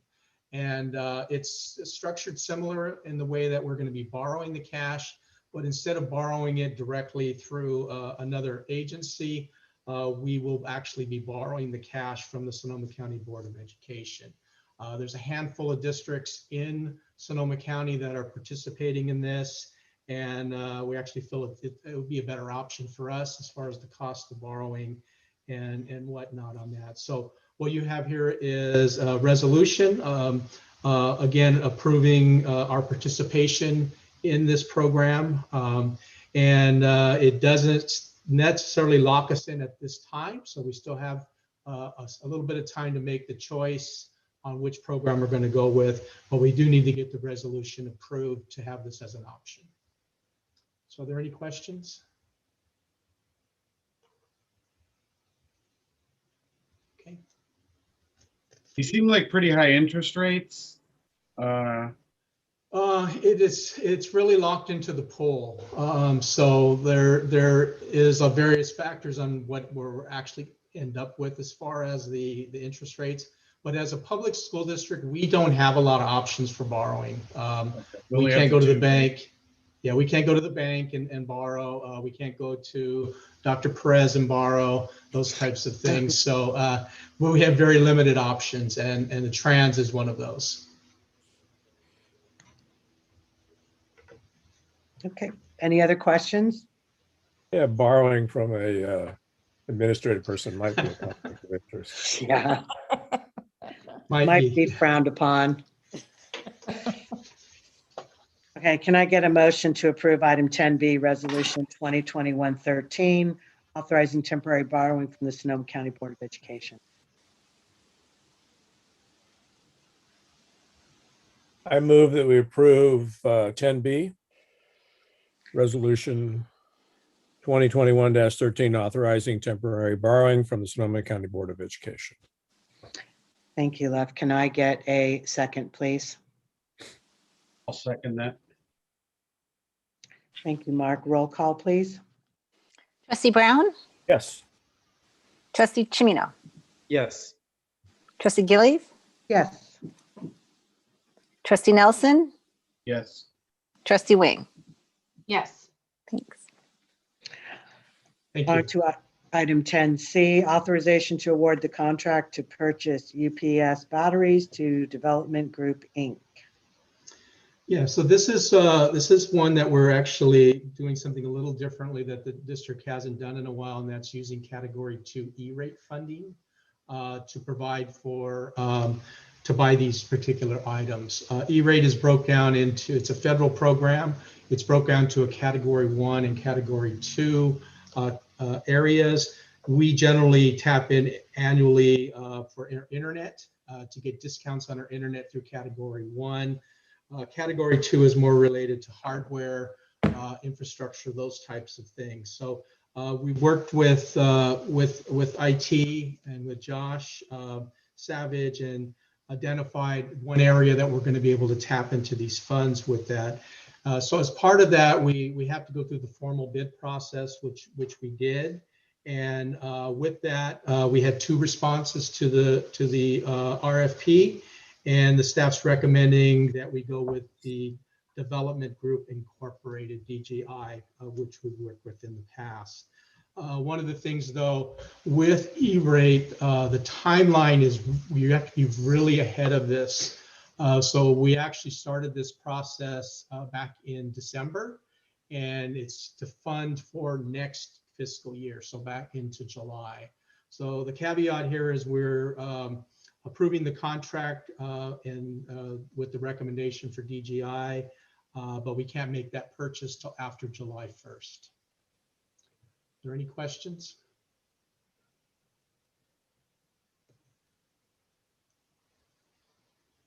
Okay, no questions or Actually, comments? I do have a question. So there's 179 of them. Are these going to be distributed? Okay, assuming we're still on the hybrid education model, where would these 179 be distributed? So right now we actually have units in place, and what we'll be doing is basically replacing these. Okay. We've had a plan all along because they're reaching their 6-year-old lifespan, and so we've already had a plan in place through the bond funds in order to replace these. But now we're going to tap into a different source of funding for that. Anybody else have any questions or comments? If not, can I get a motion to approve 10C, authorization to award the contract to purchase UPS batteries to Development Group, Inc.? I'll make a motion to authorize the contract for UPS to Batteries to Development Group, Inc. Thank you. Can I get a second? I'll second that. Thank you. Roll call, please. Trustee Brown, Yes. Trustee Chimino, Yes. Trustee Gillis, Yes. Trustee Nelson, Yes. Trustee Wing. Yes. Thank you, Mindy. We're going to go on to Sure. 11A, fiscal update and planning. Okay, so this is the standing item that we have every month. The first one we're going to talk about is the budget information, and this is our monthly budget summary report. This gives the change from our general fund budget as of prior month, which ended in January 31st up until February 28th. What you're going to see here really is really related to second interim. And as you know, with the process, we delve into the budget and we're looking for to make any adjustments that we can, updating all of our numbers, that type of thing. So what you're basically seeing here is really the results of that work. And as such, we were able to increase the fund balance by $600,000 due to the cleanup and recognizing additional revenues. If no questions, I'll move on to the enrollment report. So what we have here is the enrollment report as of February 28th. It shows a net change from prior month of 5 less students. And as what we've been doing now is we've been delving in a little bit deeper, looking at the data. We actually had 17 students exit the district. We had 16 enter the district, so almost even there. But then we had some adjustments from the prior month. So that's where we end up with the -5.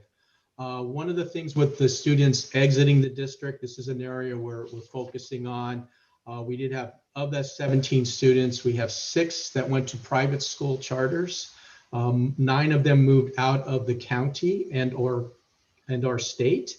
And then we had 2 that kind of fell into the other category. So again, I know Trustee Wing had requested some information a while back.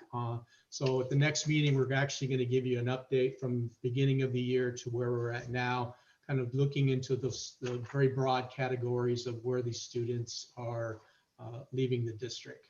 So any questions on that? Okay. So we're also going to take a look here, and we're going to do information here on our facilities. It's been a little while since we've updated the board on our bond funds and the financial information that we have. There's 2 documents that were part of the attachments here. The first document is the financial information for both the 2014 and 2016 bonds. This is combined. And we basically are looking from a point of time on what our cash is, what's available. We're looking at how much money that we would have available in those resources. That not only includes cash on hand, future interest revenue, future interest as a revenue that we do an estimate on. And then we're kind of looking at our developer fees, what we've collected current year to date on those. So cash on hand as of December 31st, we had $20,709,408. And then we started looking at our obligations. So we have projects that are complete, but we still haven't paid the final bills on those. So the first one is for the tag building, and the $733,000 was the lease payments that we had as part of the leaseback arrangement. And that full amount was actually paid in January. So we did pay it a little bit early, did capture a little bit of savings on interest with that, but that's fully paid off now.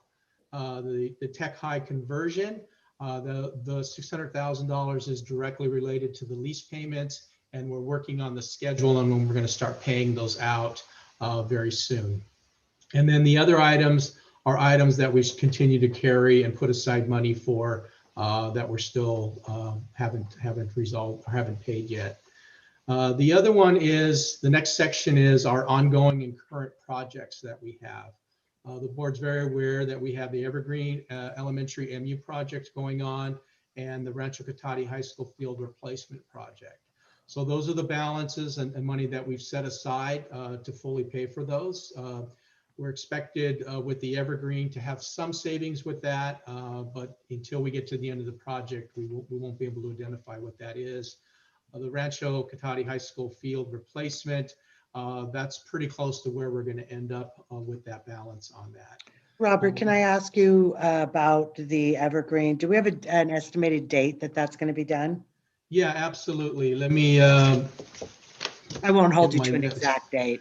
No, I actually was prepared. I was going to talk a little bit, give you an update on those two projects after this report. Okay, perfect. That's perfect. Thank you. Great. So we continue to hold money aside for this year, for the current year, for support costs, district-wide technology replacement for this year, and deferred maintenance. And so that leaves a balance of $7,213,886. And then we have money that we've been setting aside for district-wide technology replacement and maintenance, and also deferred maintenance in the through 24-25. So right now we're looking at an available cash balance of $1.7 million, and that's paying off the two projects that we have ongoing, and then being able to set some money aside for technology and deferred maintenance. Any question on this document? Okay, the next document also should be familiar to the board, and that's just our running total that we do on our bond expenditures. This is looking at the full 2014 bond and 2016 bond. We had $80 million for each of those, and it basically looks at our by project that where we spent the money on those. And then for both 2014, 2016, and total project costs to date. This also includes money that we would have paid for developer fees. Using developer fees to offset some of those costs are included in these totals. So if anybody asks, what do we do with our bond funds? This is a document to show them. We have a pretty extensive list of how we utilize those funds throughout the district. So on the update for the current projects, the Rancho Cotati High School track and field, the field portion of the project is complete. The track still needs the final layer installed. However, it has been pushed off until summer. The track has been temporarily striped and can be used for competition for the track season. And we're still waiting for the scoreboard from DSA approval on that. And we're hoping to have that installed in the next 8 to 10 weeks, and that should finalize that project. On the Evergreen MU room addition, the glue lamps have been set and exterior framing is complete. What is a glue lamp, you might ask? I'm sure Trustee Chimino probably would know, but it's the big beams that run through the top of the project or top of the building. I know that too. You knew that? I didn't know that. I'm in construction. So the glue lamps have been set, and roof framing has begun, and the standing seam room will be done by the end of April. However, we're still looking at the project being about 3 weeks behind schedule, and we're projected to be substantially complete in mid-September. So if there's any questions on that. Okay, that's all I had for that for 11A. Okay. Does anyone else have any questions or comments? Not, can I get an emotion to approve 11A fiscal update and planning? Just, it was my error, President It should not say Gillies. action. It should not say action. It's always a Okay. discussion. I apologize. That's okay. I thought I was missing something, but that's okay. 11B, second interim report as of January 31st, 2021. Can I request a recess before we get into that? Like maybe 5 minutes? Sure. We'll recess for 5 minutes. Thank you.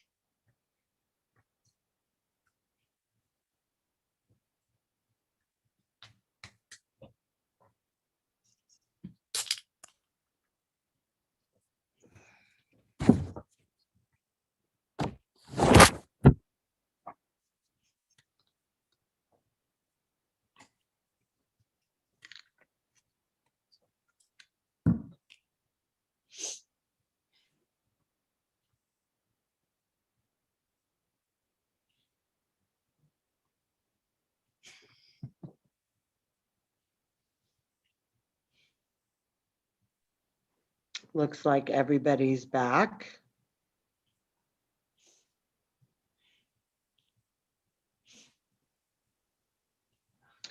Mr. Markel, 11B, second interim report as of January 31st, 2021. Great. I have a presentation. Mr. Kirby, could you bring that up for me, please? Next slide. So second interim state report. This is required by Ed Code, and it requires us to prepare and submit 2 interim financial reports to the board each fiscal year. And what the board's basically required to do is certify the district's ability to meet its obligations for the remainder of the current and 2 subsequent years on that. So as part of the process for second interim, we go through, we update the district budget for any changes in revenues and expenditures since first interim. We use the most current information available. We update our multi-year projections using the most current assumptions. And we do this for every district fund. Generally, the focus of what the board sees or of this report, it will be on the general fund. And after that, once the board does its certification, we will send the report to SCO for review. And then the district receives a letter back from SCO noting their approval or disapproval. In this case, I think we'll have a good approval. The district is projected to meet the required 3% reserve for economic uncertainties for this year and the 2 subsequent years. And based on that, we're recommending that the board certify a positive certification for the 2021 second interim report. Next slide. So the board adopted our budget for 2021 on June 23rd, 2020. And this report, second interim, covers the district's budgetary status as of January 31st. And then again, it also informs the board of any changes in revenues and projected expenditures since budget adoption. So we include all information on all the district funds. There's report on our average daily attendance, local control funding formula calculation. We do a cash flow statement, multi-year projections, and criteria and standards form. That's all part of the packet that the board did receive. So I want to give you a little background here. I think it's always good to see where we've been as a reminder. It helps put where we're at in more perspective. And I think the slide here, or the picture I have here of a roller coaster is very appropriate for where we've been as far as our budget. I know probably a similar, you can probably make a similar case on where we've been through the whole year, school year with under COVID and distance learning, but for the budget, it's definitely been a roller coaster ride. So as a refresher, the adopted budget is based on the May revision. And at that time, the May revision included $19 billion in cuts to state funding for education. For Cotati Rohnert Park, this was estimated at $5.45 million. And that was aside from the loss of the Grayton Ranchera Casino funds that we were noted at that time. So we're looking at a very significant loss of funding to start the year. Next slide, please. So the next point of time, we go to the 45-day budget revision. And the district's budget was revised based on the state's enacted budget. So remember, we adopt based on the May revision. After that, the state adopts their budget. And then we have 45 days to make any changes due to any significant changes in the state's budget. And there definitely were some significant changes. So we did a 45-day budget revision. With that, the state restored most of the proposed cuts to education, and they were using cash deferrals to do that. They're also included an AD8 hold harmless and a 0% funded COLA for 21-22 and 22-23. And those two areas there became a big challenge for us. 0% funded COLA towards our LCFF basically means we're not getting any new money. However, our costs are continuing to increase. And at that time, we were looking at some pretty significant deficits in our budget. So fast forward to first interim in December. At that time, we were able to capture one-time revenues and savings, including savings from the hiring freeze that we put on, being under distance learning. And we did have other areas of the budget that we were saving from. The funding from Grayton, we were told that that would resume for half a year, so we welcomed that and included in our first interim. And at that time, when we presented the first interim to the board, we also had a positive certification, but barely. It was just a little bit over the 3% requirement. So now we're at second interim. And second interim, we're now basing our budget assumptions off of the governor's January proposal for fiscal year 21-22. And that's been the big part of what we've used to update our budget. If you recall, that included funded COLA, where before we had a 0% COLA, funded COLA, and funded COLA for both 21-22 and 22-23. For current year, we were still looking at the ADA hold harmless on that. And they were looking at doing a compounded COLA for 21-22, and is basically what the state wanted to do or wants to do is kind of do a catch up. So it includes like money that we would have gotten this year, plus for whatever the funded COLA is projected to be for next year. So that really reversed our projections quite a bit. And so now going from where we weren't getting any new money to getting a funded COLA made a huge, huge difference in our budget. Also, the second interim includes reduced spending under distance learning. We're capturing dollars that we normally would be spending. That it would include things like sub-cost and extra duty, extra hire, electricity, those types of things. We also have some one-time revenues, including money from the JPA, our insurance JPA. We had a refund from them that we were able to capture. We continue to look at the budget savings under distance learning and really tighten things up under our budget. The one thing that went against us from what we were looking at before was we got our updated numbers for special education, what we're expected to get. It's not final yet, but those numbers actually decreased by $400,000.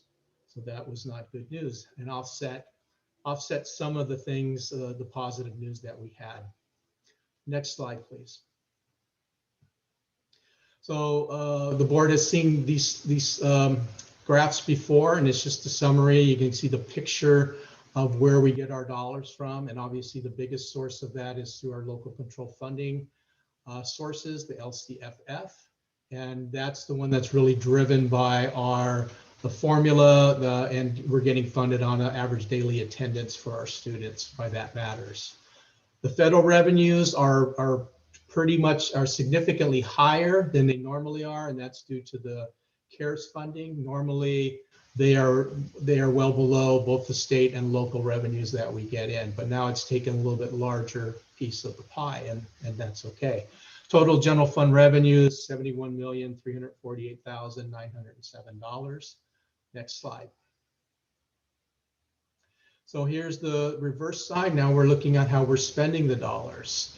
And you can see, as normally is, we have the certificated salaries, classified salaries, and employee benefits, which takes most of the pie. We're really in the people business, and the bulk of our expenditures are always related to salaries and benefits for our employees and staff. Books and supplies and services operating are also higher than normal, and that's due to how we're spending those CARES funds that are coming in. And so total general fund expenditures, $70,898,849. Next slide.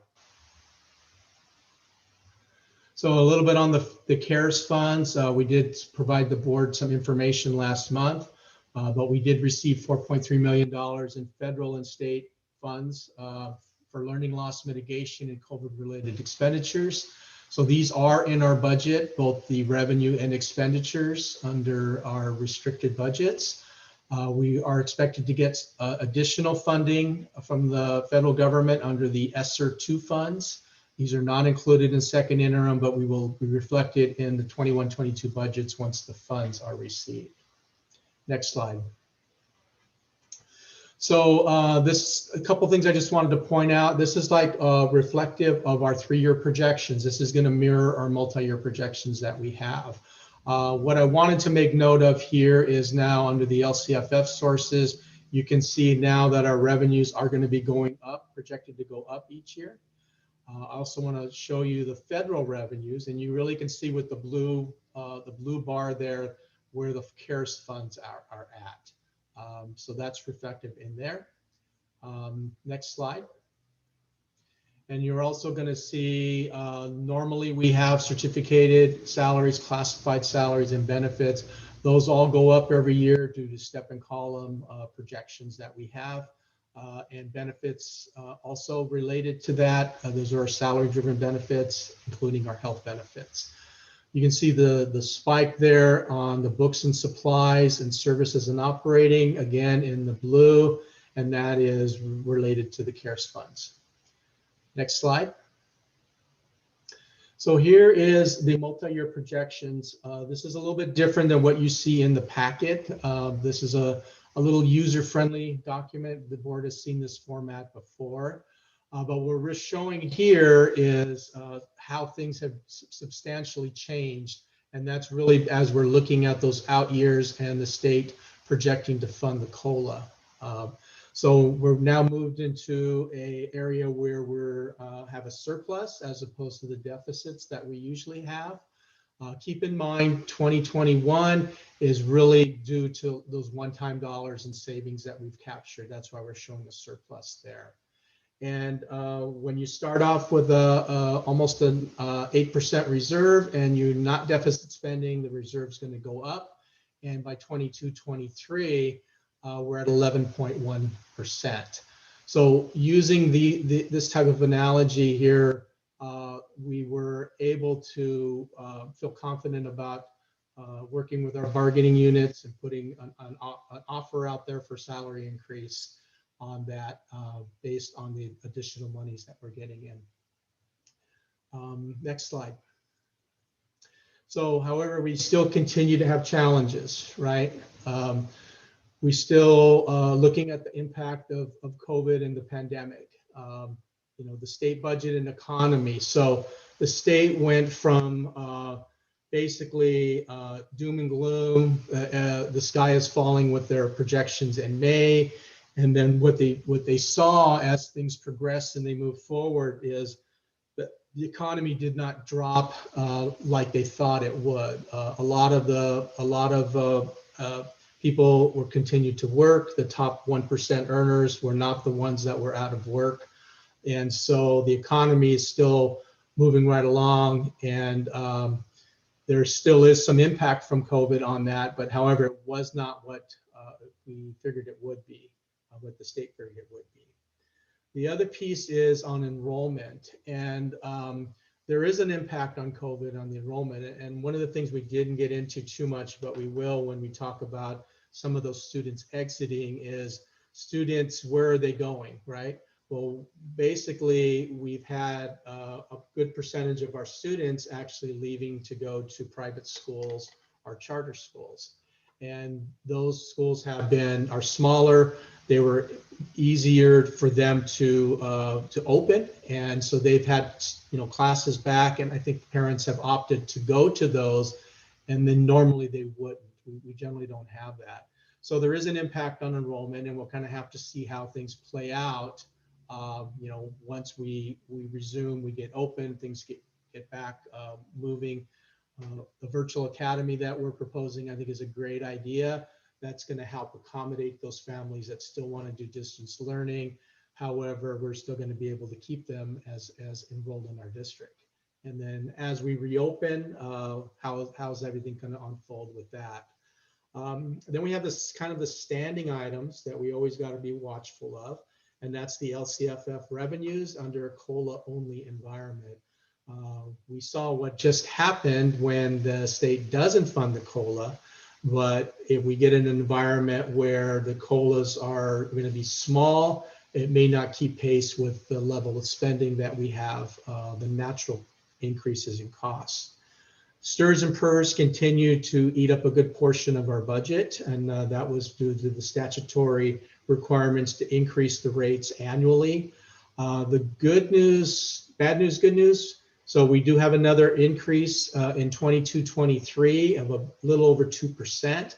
However, for STRS, that's gonna level off after that, so that we won't be seeing those big spikes in our cost that we've been seeing over the last several years. So that's good news, and that'll help us with whatever new money we get. We're not automatically going to be spending it in a rate increase. Special ed continues to be, the services for those continue to be costly, so we need to look at those. And for any school district, any entity like ours, collective bargaining is always going to continue to be a priority and something we have to keep on the forefront there. Next slide. So next step, Governor's May revision of the budget proposal. This is going to be huge. We really want to look for this. This is what we're going to use to develop our adopted budget. And we, as I just mentioned, the state had severely overestimated the impact of COVID. And now January's budget is reflecting that correction by funding the COLA. But the question will be, what will that final COLA be in May and ultimately when the state adopts their budget? There is the compounded COLA. January estimate is 3.84%. And that, again, that's kind of it's kind of like a catch up. So they're looking at 2.31% was the COLA for this year. However, that was not what was funded. So they're looking to do the compound, and that's where they come up with a 3.84. 1.5 is a low number in my estimation. So I'm hoping when all is said and done that that number actually comes in a little bit higher for the 21-22 COLA. And that would help us if that's the case. There's still a chance there could be some relief for STRS and PERS in the May revision. And then federal relief, we're continuing to get the CARES funds and other funding. And then I wanted to throw in there, this is something new. So our new president, Joe Biden's promises for education. He wants to provide additional funding for special ed in Title I. So we're hoping that happens and we start seeing additional money to help funding where it should be, particularly with special ed. Next slide.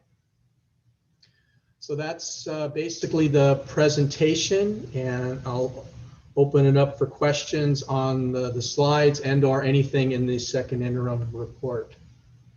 Robert, do we have any idea when we might get some inclination about the dollars for CARES, SPED, and Title I? I know they're going to be restricted mostly.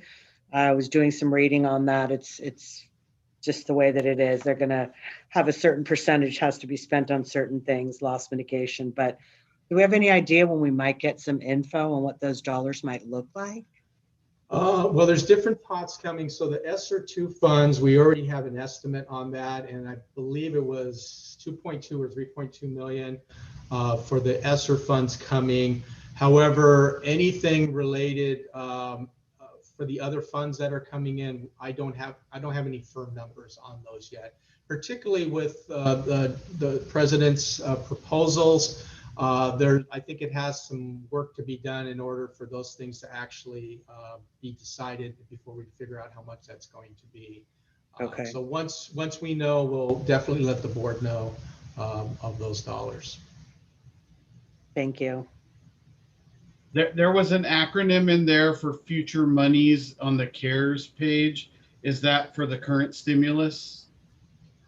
Are we talking ESSER, the ESSER? Yes. Okay, so it's ESSER 2 is what I was referencing, but ESSER 1 was part of the dollars that we've already gotten. So in the presentation I did last month, it has what that amount was, what exactly that we did receive for the ESSER, which was part of the overall, one of the buckets of the CARES funds that we got. But ESSER 2. That's, we're looking at, I'm trying to remember if it was 2.2 or 3.2 million dollars, but it was a substantial amount of money. And again, can only be used for learning loss mitigation, and COVID-related expenses. So I like that executive summary page that you showed us. So the ending reserve for 22-23, what was that percentage? It was 11.9, I believe. Okay. So, and having a larger reserve enables us in the future so that we don't have to borrow when we need short-term cash. not necessarily. So what we're looking at for deferrals for this year is somewhere around $6 to $8 million. So that's a lot of money being deferred. However, they're under the January proposal eliminates future deferrals. So that in and of itself could eliminate the need, but the ESSER funds in and of itself isn't going to solve the deferral problem. No, I mean the 11% reserve puts us in a better position, so we would be less likely to have to borrow short-term funds. Yeah, so that's about $6 million, I believe. Oh no, let's see, let me look at the right page. Yeah, that's about nine million. So, but remember that we're talking about a future fund balance down the road. Yes. With what we're talking about now, and then again, we are out, putting out some proposals with those dollars in hopes of settling some negotiations. Yeah, that 11% is kind of just a number that's out there based on things today. It's not going to stand because of all the changes that are going to come through. Right. So we could hope for that in the reserves, but that won't be there, especially with these deferrals. It's still going to be tight.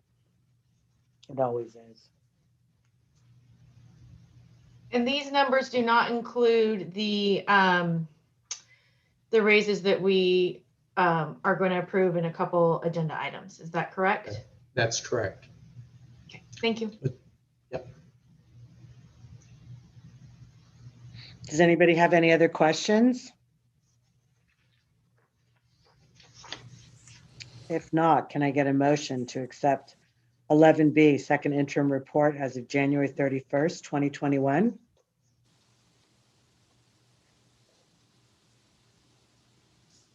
a Someone? motion that we accept the second interim report. Thanks, Joe. Can I get a second, please? I'll second that. Thank you. Roll call, please. Trustee Brown, Yes. Trustee Chimino, Yes. Trustee Gillis, Yeah. Trustee Nelson, Yes. Trustee Wing. Yes. Item 11C, I understand we have one public comment. Yes.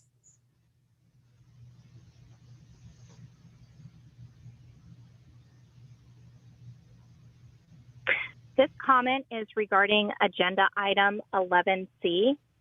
Approving 11C is a bad idea. For years, the district, including the current board president, has talked about how bad the district budget is. And there's even been a committee to explore cuts. In the recent years, layoff notices have been sent out with employees coming back to the district begging for their jobs. How soon we forget. Now we're doing retro salary, which will create deficit spending. How is that fiscally responsible? This is a slap in the face to parents and students. How are these costs going to be covered, and what valuable programs are we going to lose?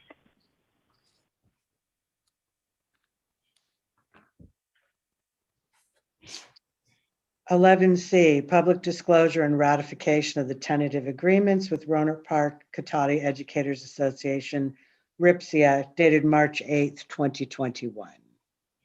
Yes, you have two items before you. You have a tentative agreement for 2019-20 for approval, and you have a tentative agreement with RIPSIA for 2020-21 negotiations. Does anybody have any questions or comments? If not, can I get an motion to approve 11C? public disclosure and ratification of the tentative agreements with Roanoke Park Cotati Educators Association, RIPSIA, dated March 8th, 2021.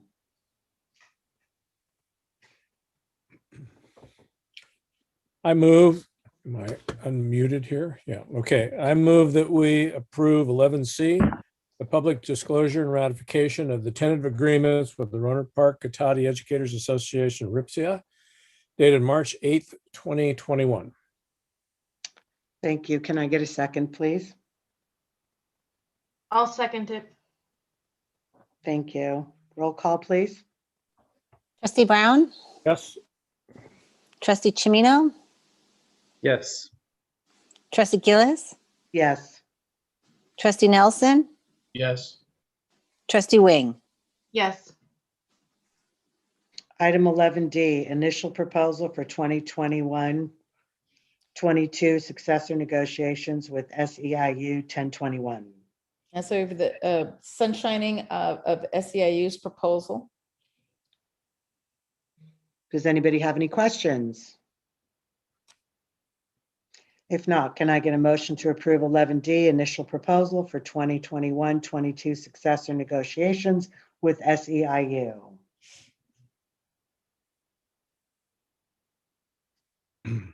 I move that we approve 11D, the initial proposal for 2021-22 successor negotiations with SEIU 1021. Thank you. Can I get a second, please? I'll second that. Thank you. Roll call, please. Trustee Brown, Yes.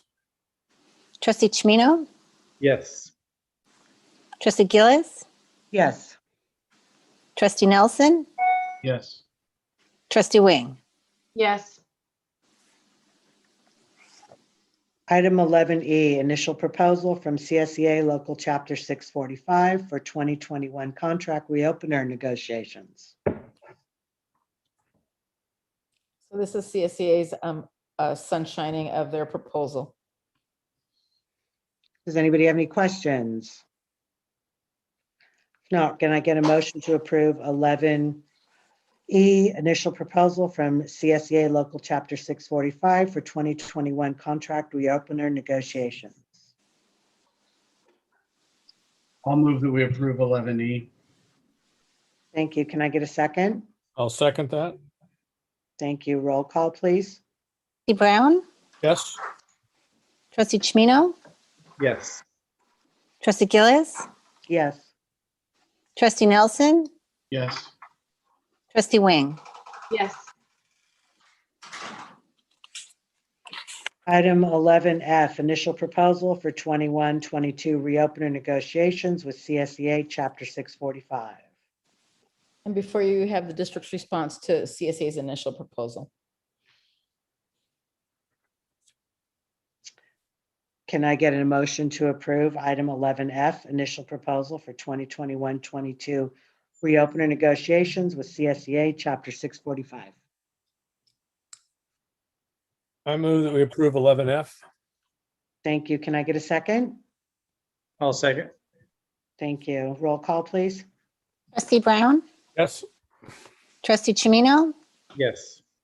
Trustee Gillis, Yes. Trustee Nelson, Yes. Trustee Wing. Yes. Item 11G, approval of additional schools is Title I designated beginning 2021-22 school year. Yes, so this item is to extend Title I designation. We currently have 2 Title I designated school sites, and so which are John Reed and Thomas Page Academy. And so this item is to include into Title I school-wide designation beginning next school year, El Camino High School, Technology Middle School, University Elementary at La Fiesta, and Richard Crane Elementary. We have done a thorough analysis of the qualifying data for Title I school-wide, and these schools have historic trend data for at least the past 4 years to sustain their identification as a Title I school. Could you briefly explain what that means for those schools? Yes.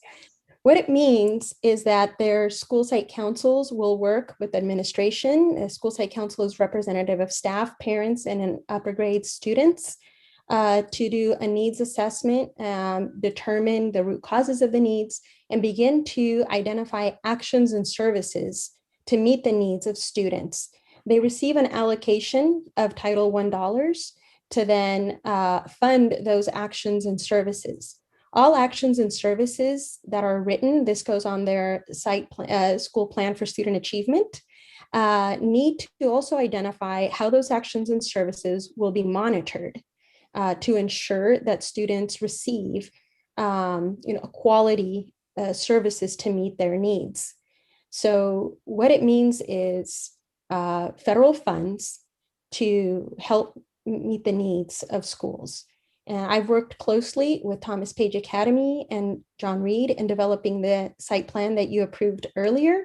And so I'll be working very closely with our new Title I schools in the process. So it's very much a dive into data to determine the needs and then ensuring that actions and services are research-based and will truly serve the needs of students. Thank you. Does anybody have any questions? Yeah, so this increases funding opportunities, correct? Well, the district receives a set amount of Title I. That Title I allocation is determined by census data. So having more Title I students or Title I schools does not increase the amount of Title I that we receive. But having more Title I identified schools allows us to use centralized Title I, should we choose to, for more schools. Also, once a school is designated as Title I, they become eligible to apply for other federal grants, such as the ACES grant for after-school programming. So it opens up the opportunity for other federal grants to come as well. And so we've been distributing quite a bit of federal funds to only 2 schools. This will allow us to distribute those funds to 6 schools. Will that also allow, what's the likelihood of us being able to secure additional grants? Well, that is something that we should look into, in particular the after-school program grants that currently are in place at our Title I schools. That is an application process.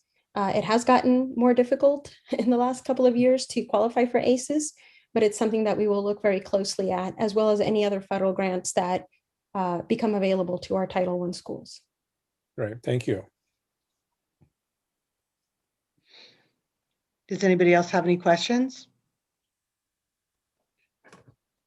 If not, can I get a motion to approve 11G, approval of additional schools as Title I designated beginning 2021-22? I move that we approve 11G. Thank you. Can I get a second? I'll second that.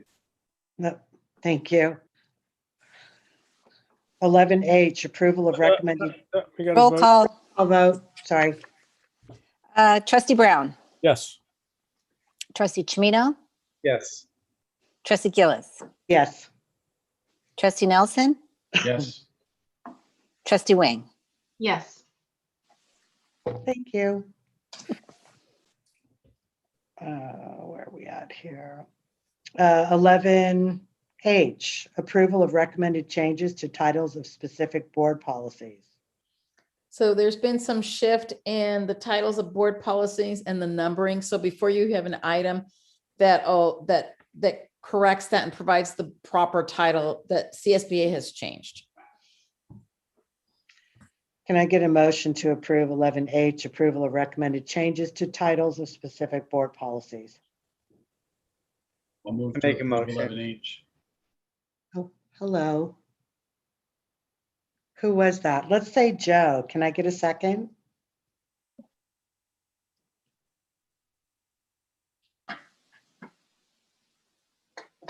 If Joe made the movement, I'll second it. Thank you. Can I get a roll call vote, please? Sure. Trustee Brown, Yes. Trustee Chimino, Yes. Trustee Gillis, Yes. Trustee Nelson, Yes. Trustee Wing. Yes.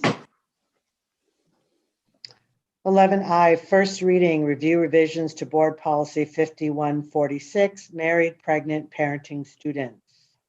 So we know that if we have a student that is married, pregnant, or parenting, this could make them, a potential dropout. So basically what this does is it provides the district the policy to support these students, to keep them in school, and to make accommodations as needed.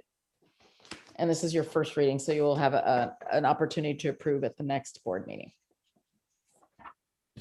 Any questions?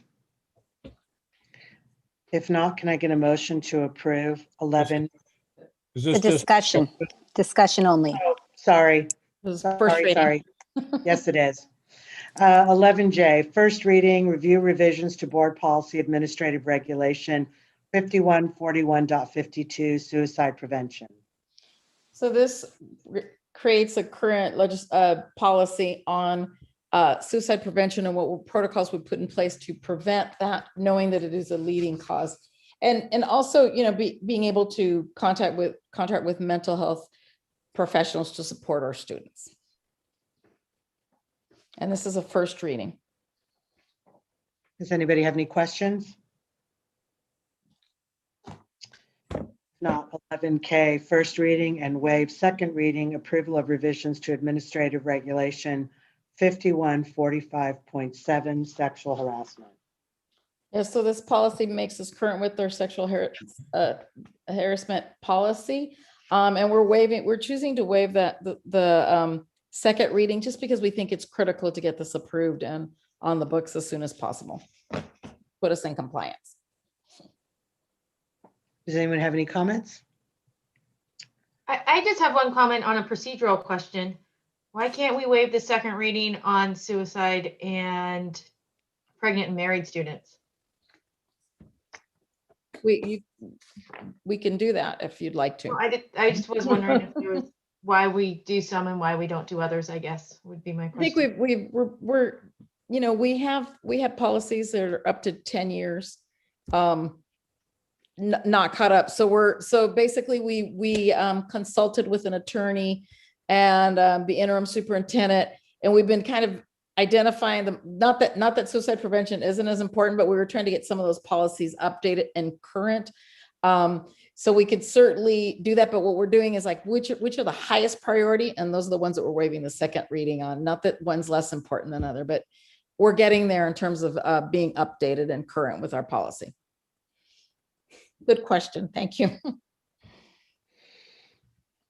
Okay, 11K, can I get a motion to approve the first reading and waive second reading approval of revisions to Administrative Regulations 5145.7, sexual harassment?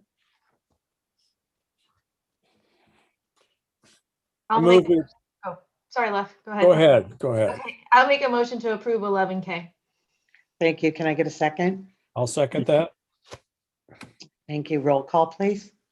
Trustee Brown, Yes. Trustee Chimino, Yes. Trustee Gillis, Yes. Trustee Nelson, Yes. Trustee Wing. Yes. Item 11L, second reading approval of revisions to Board Policy Administrative Regulation 1312.3, uniform complaint procedures. So this is the second reading. So we have an action. I reviewed it at the last meeting, and this is how we can stakeholders, either employees as well as a community member, could make a complaint, formal complaint in the areas listed.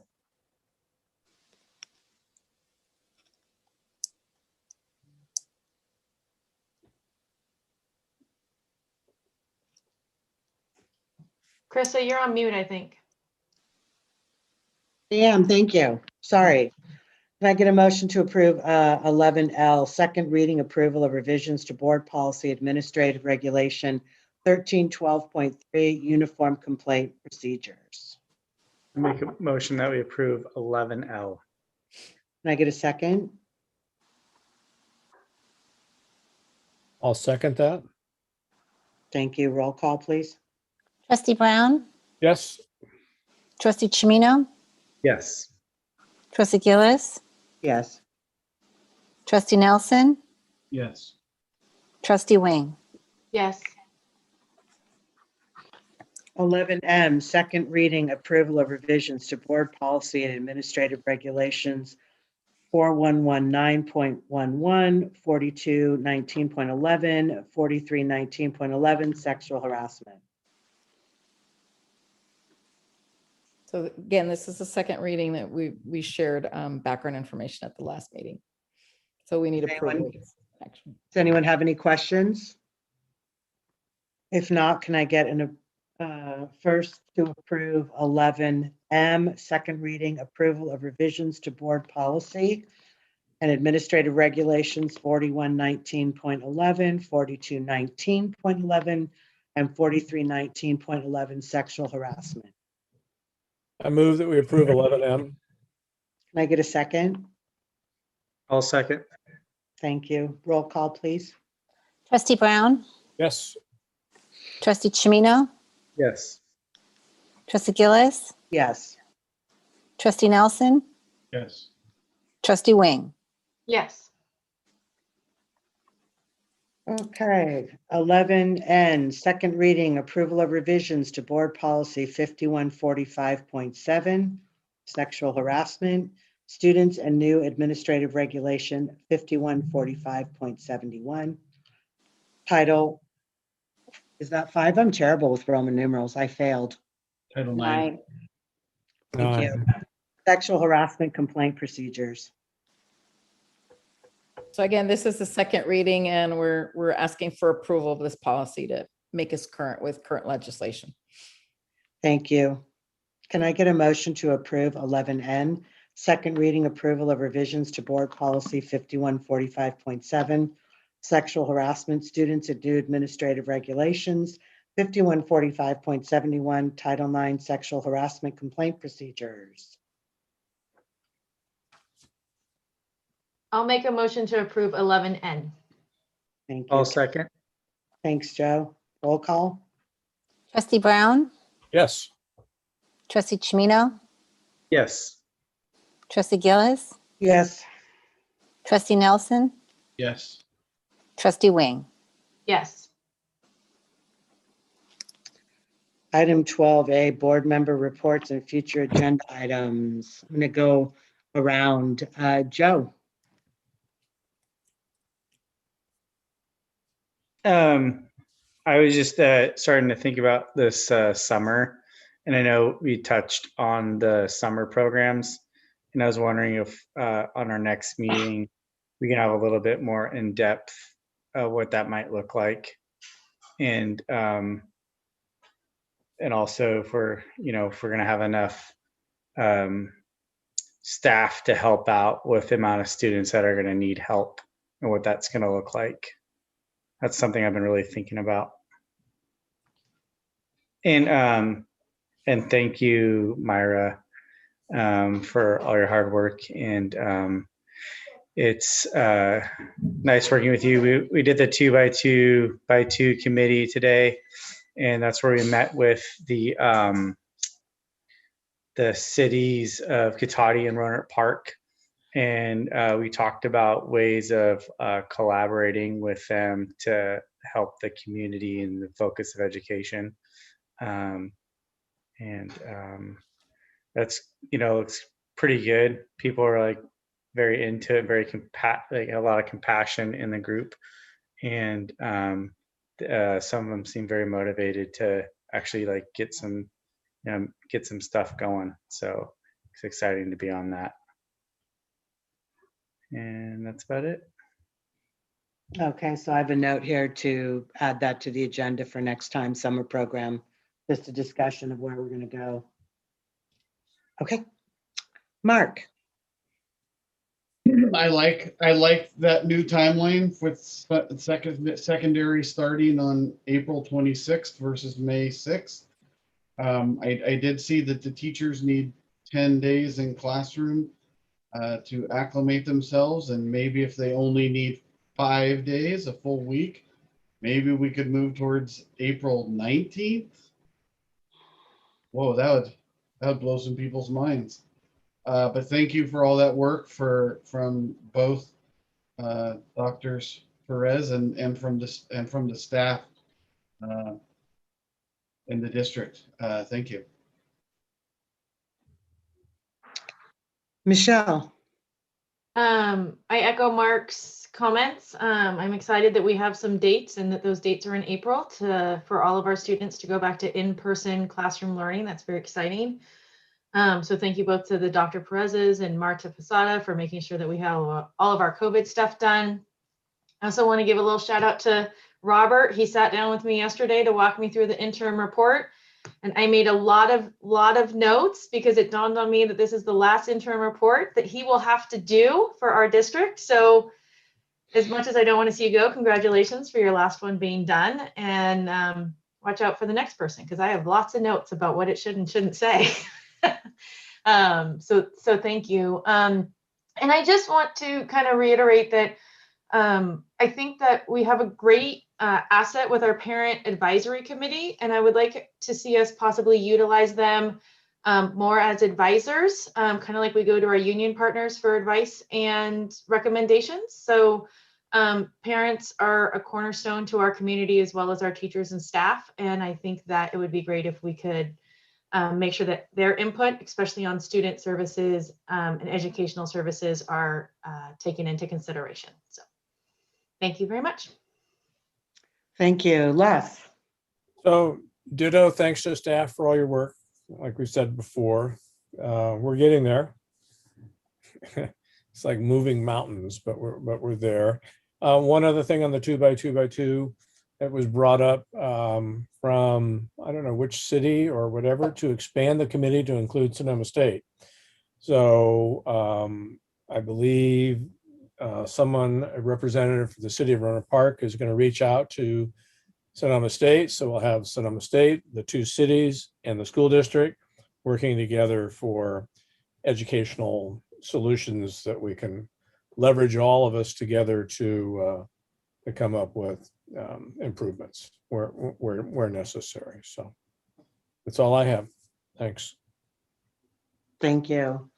I have a couple of things. I want to thank both Dr. Perez's and staff. Everybody has been working really, really hard. The fact that we have the dates, the tentative dates, I will call them, for bringing students back. We are open now. We have approximately 140 kids on campus, headed in the right direction. I'm really excited about that.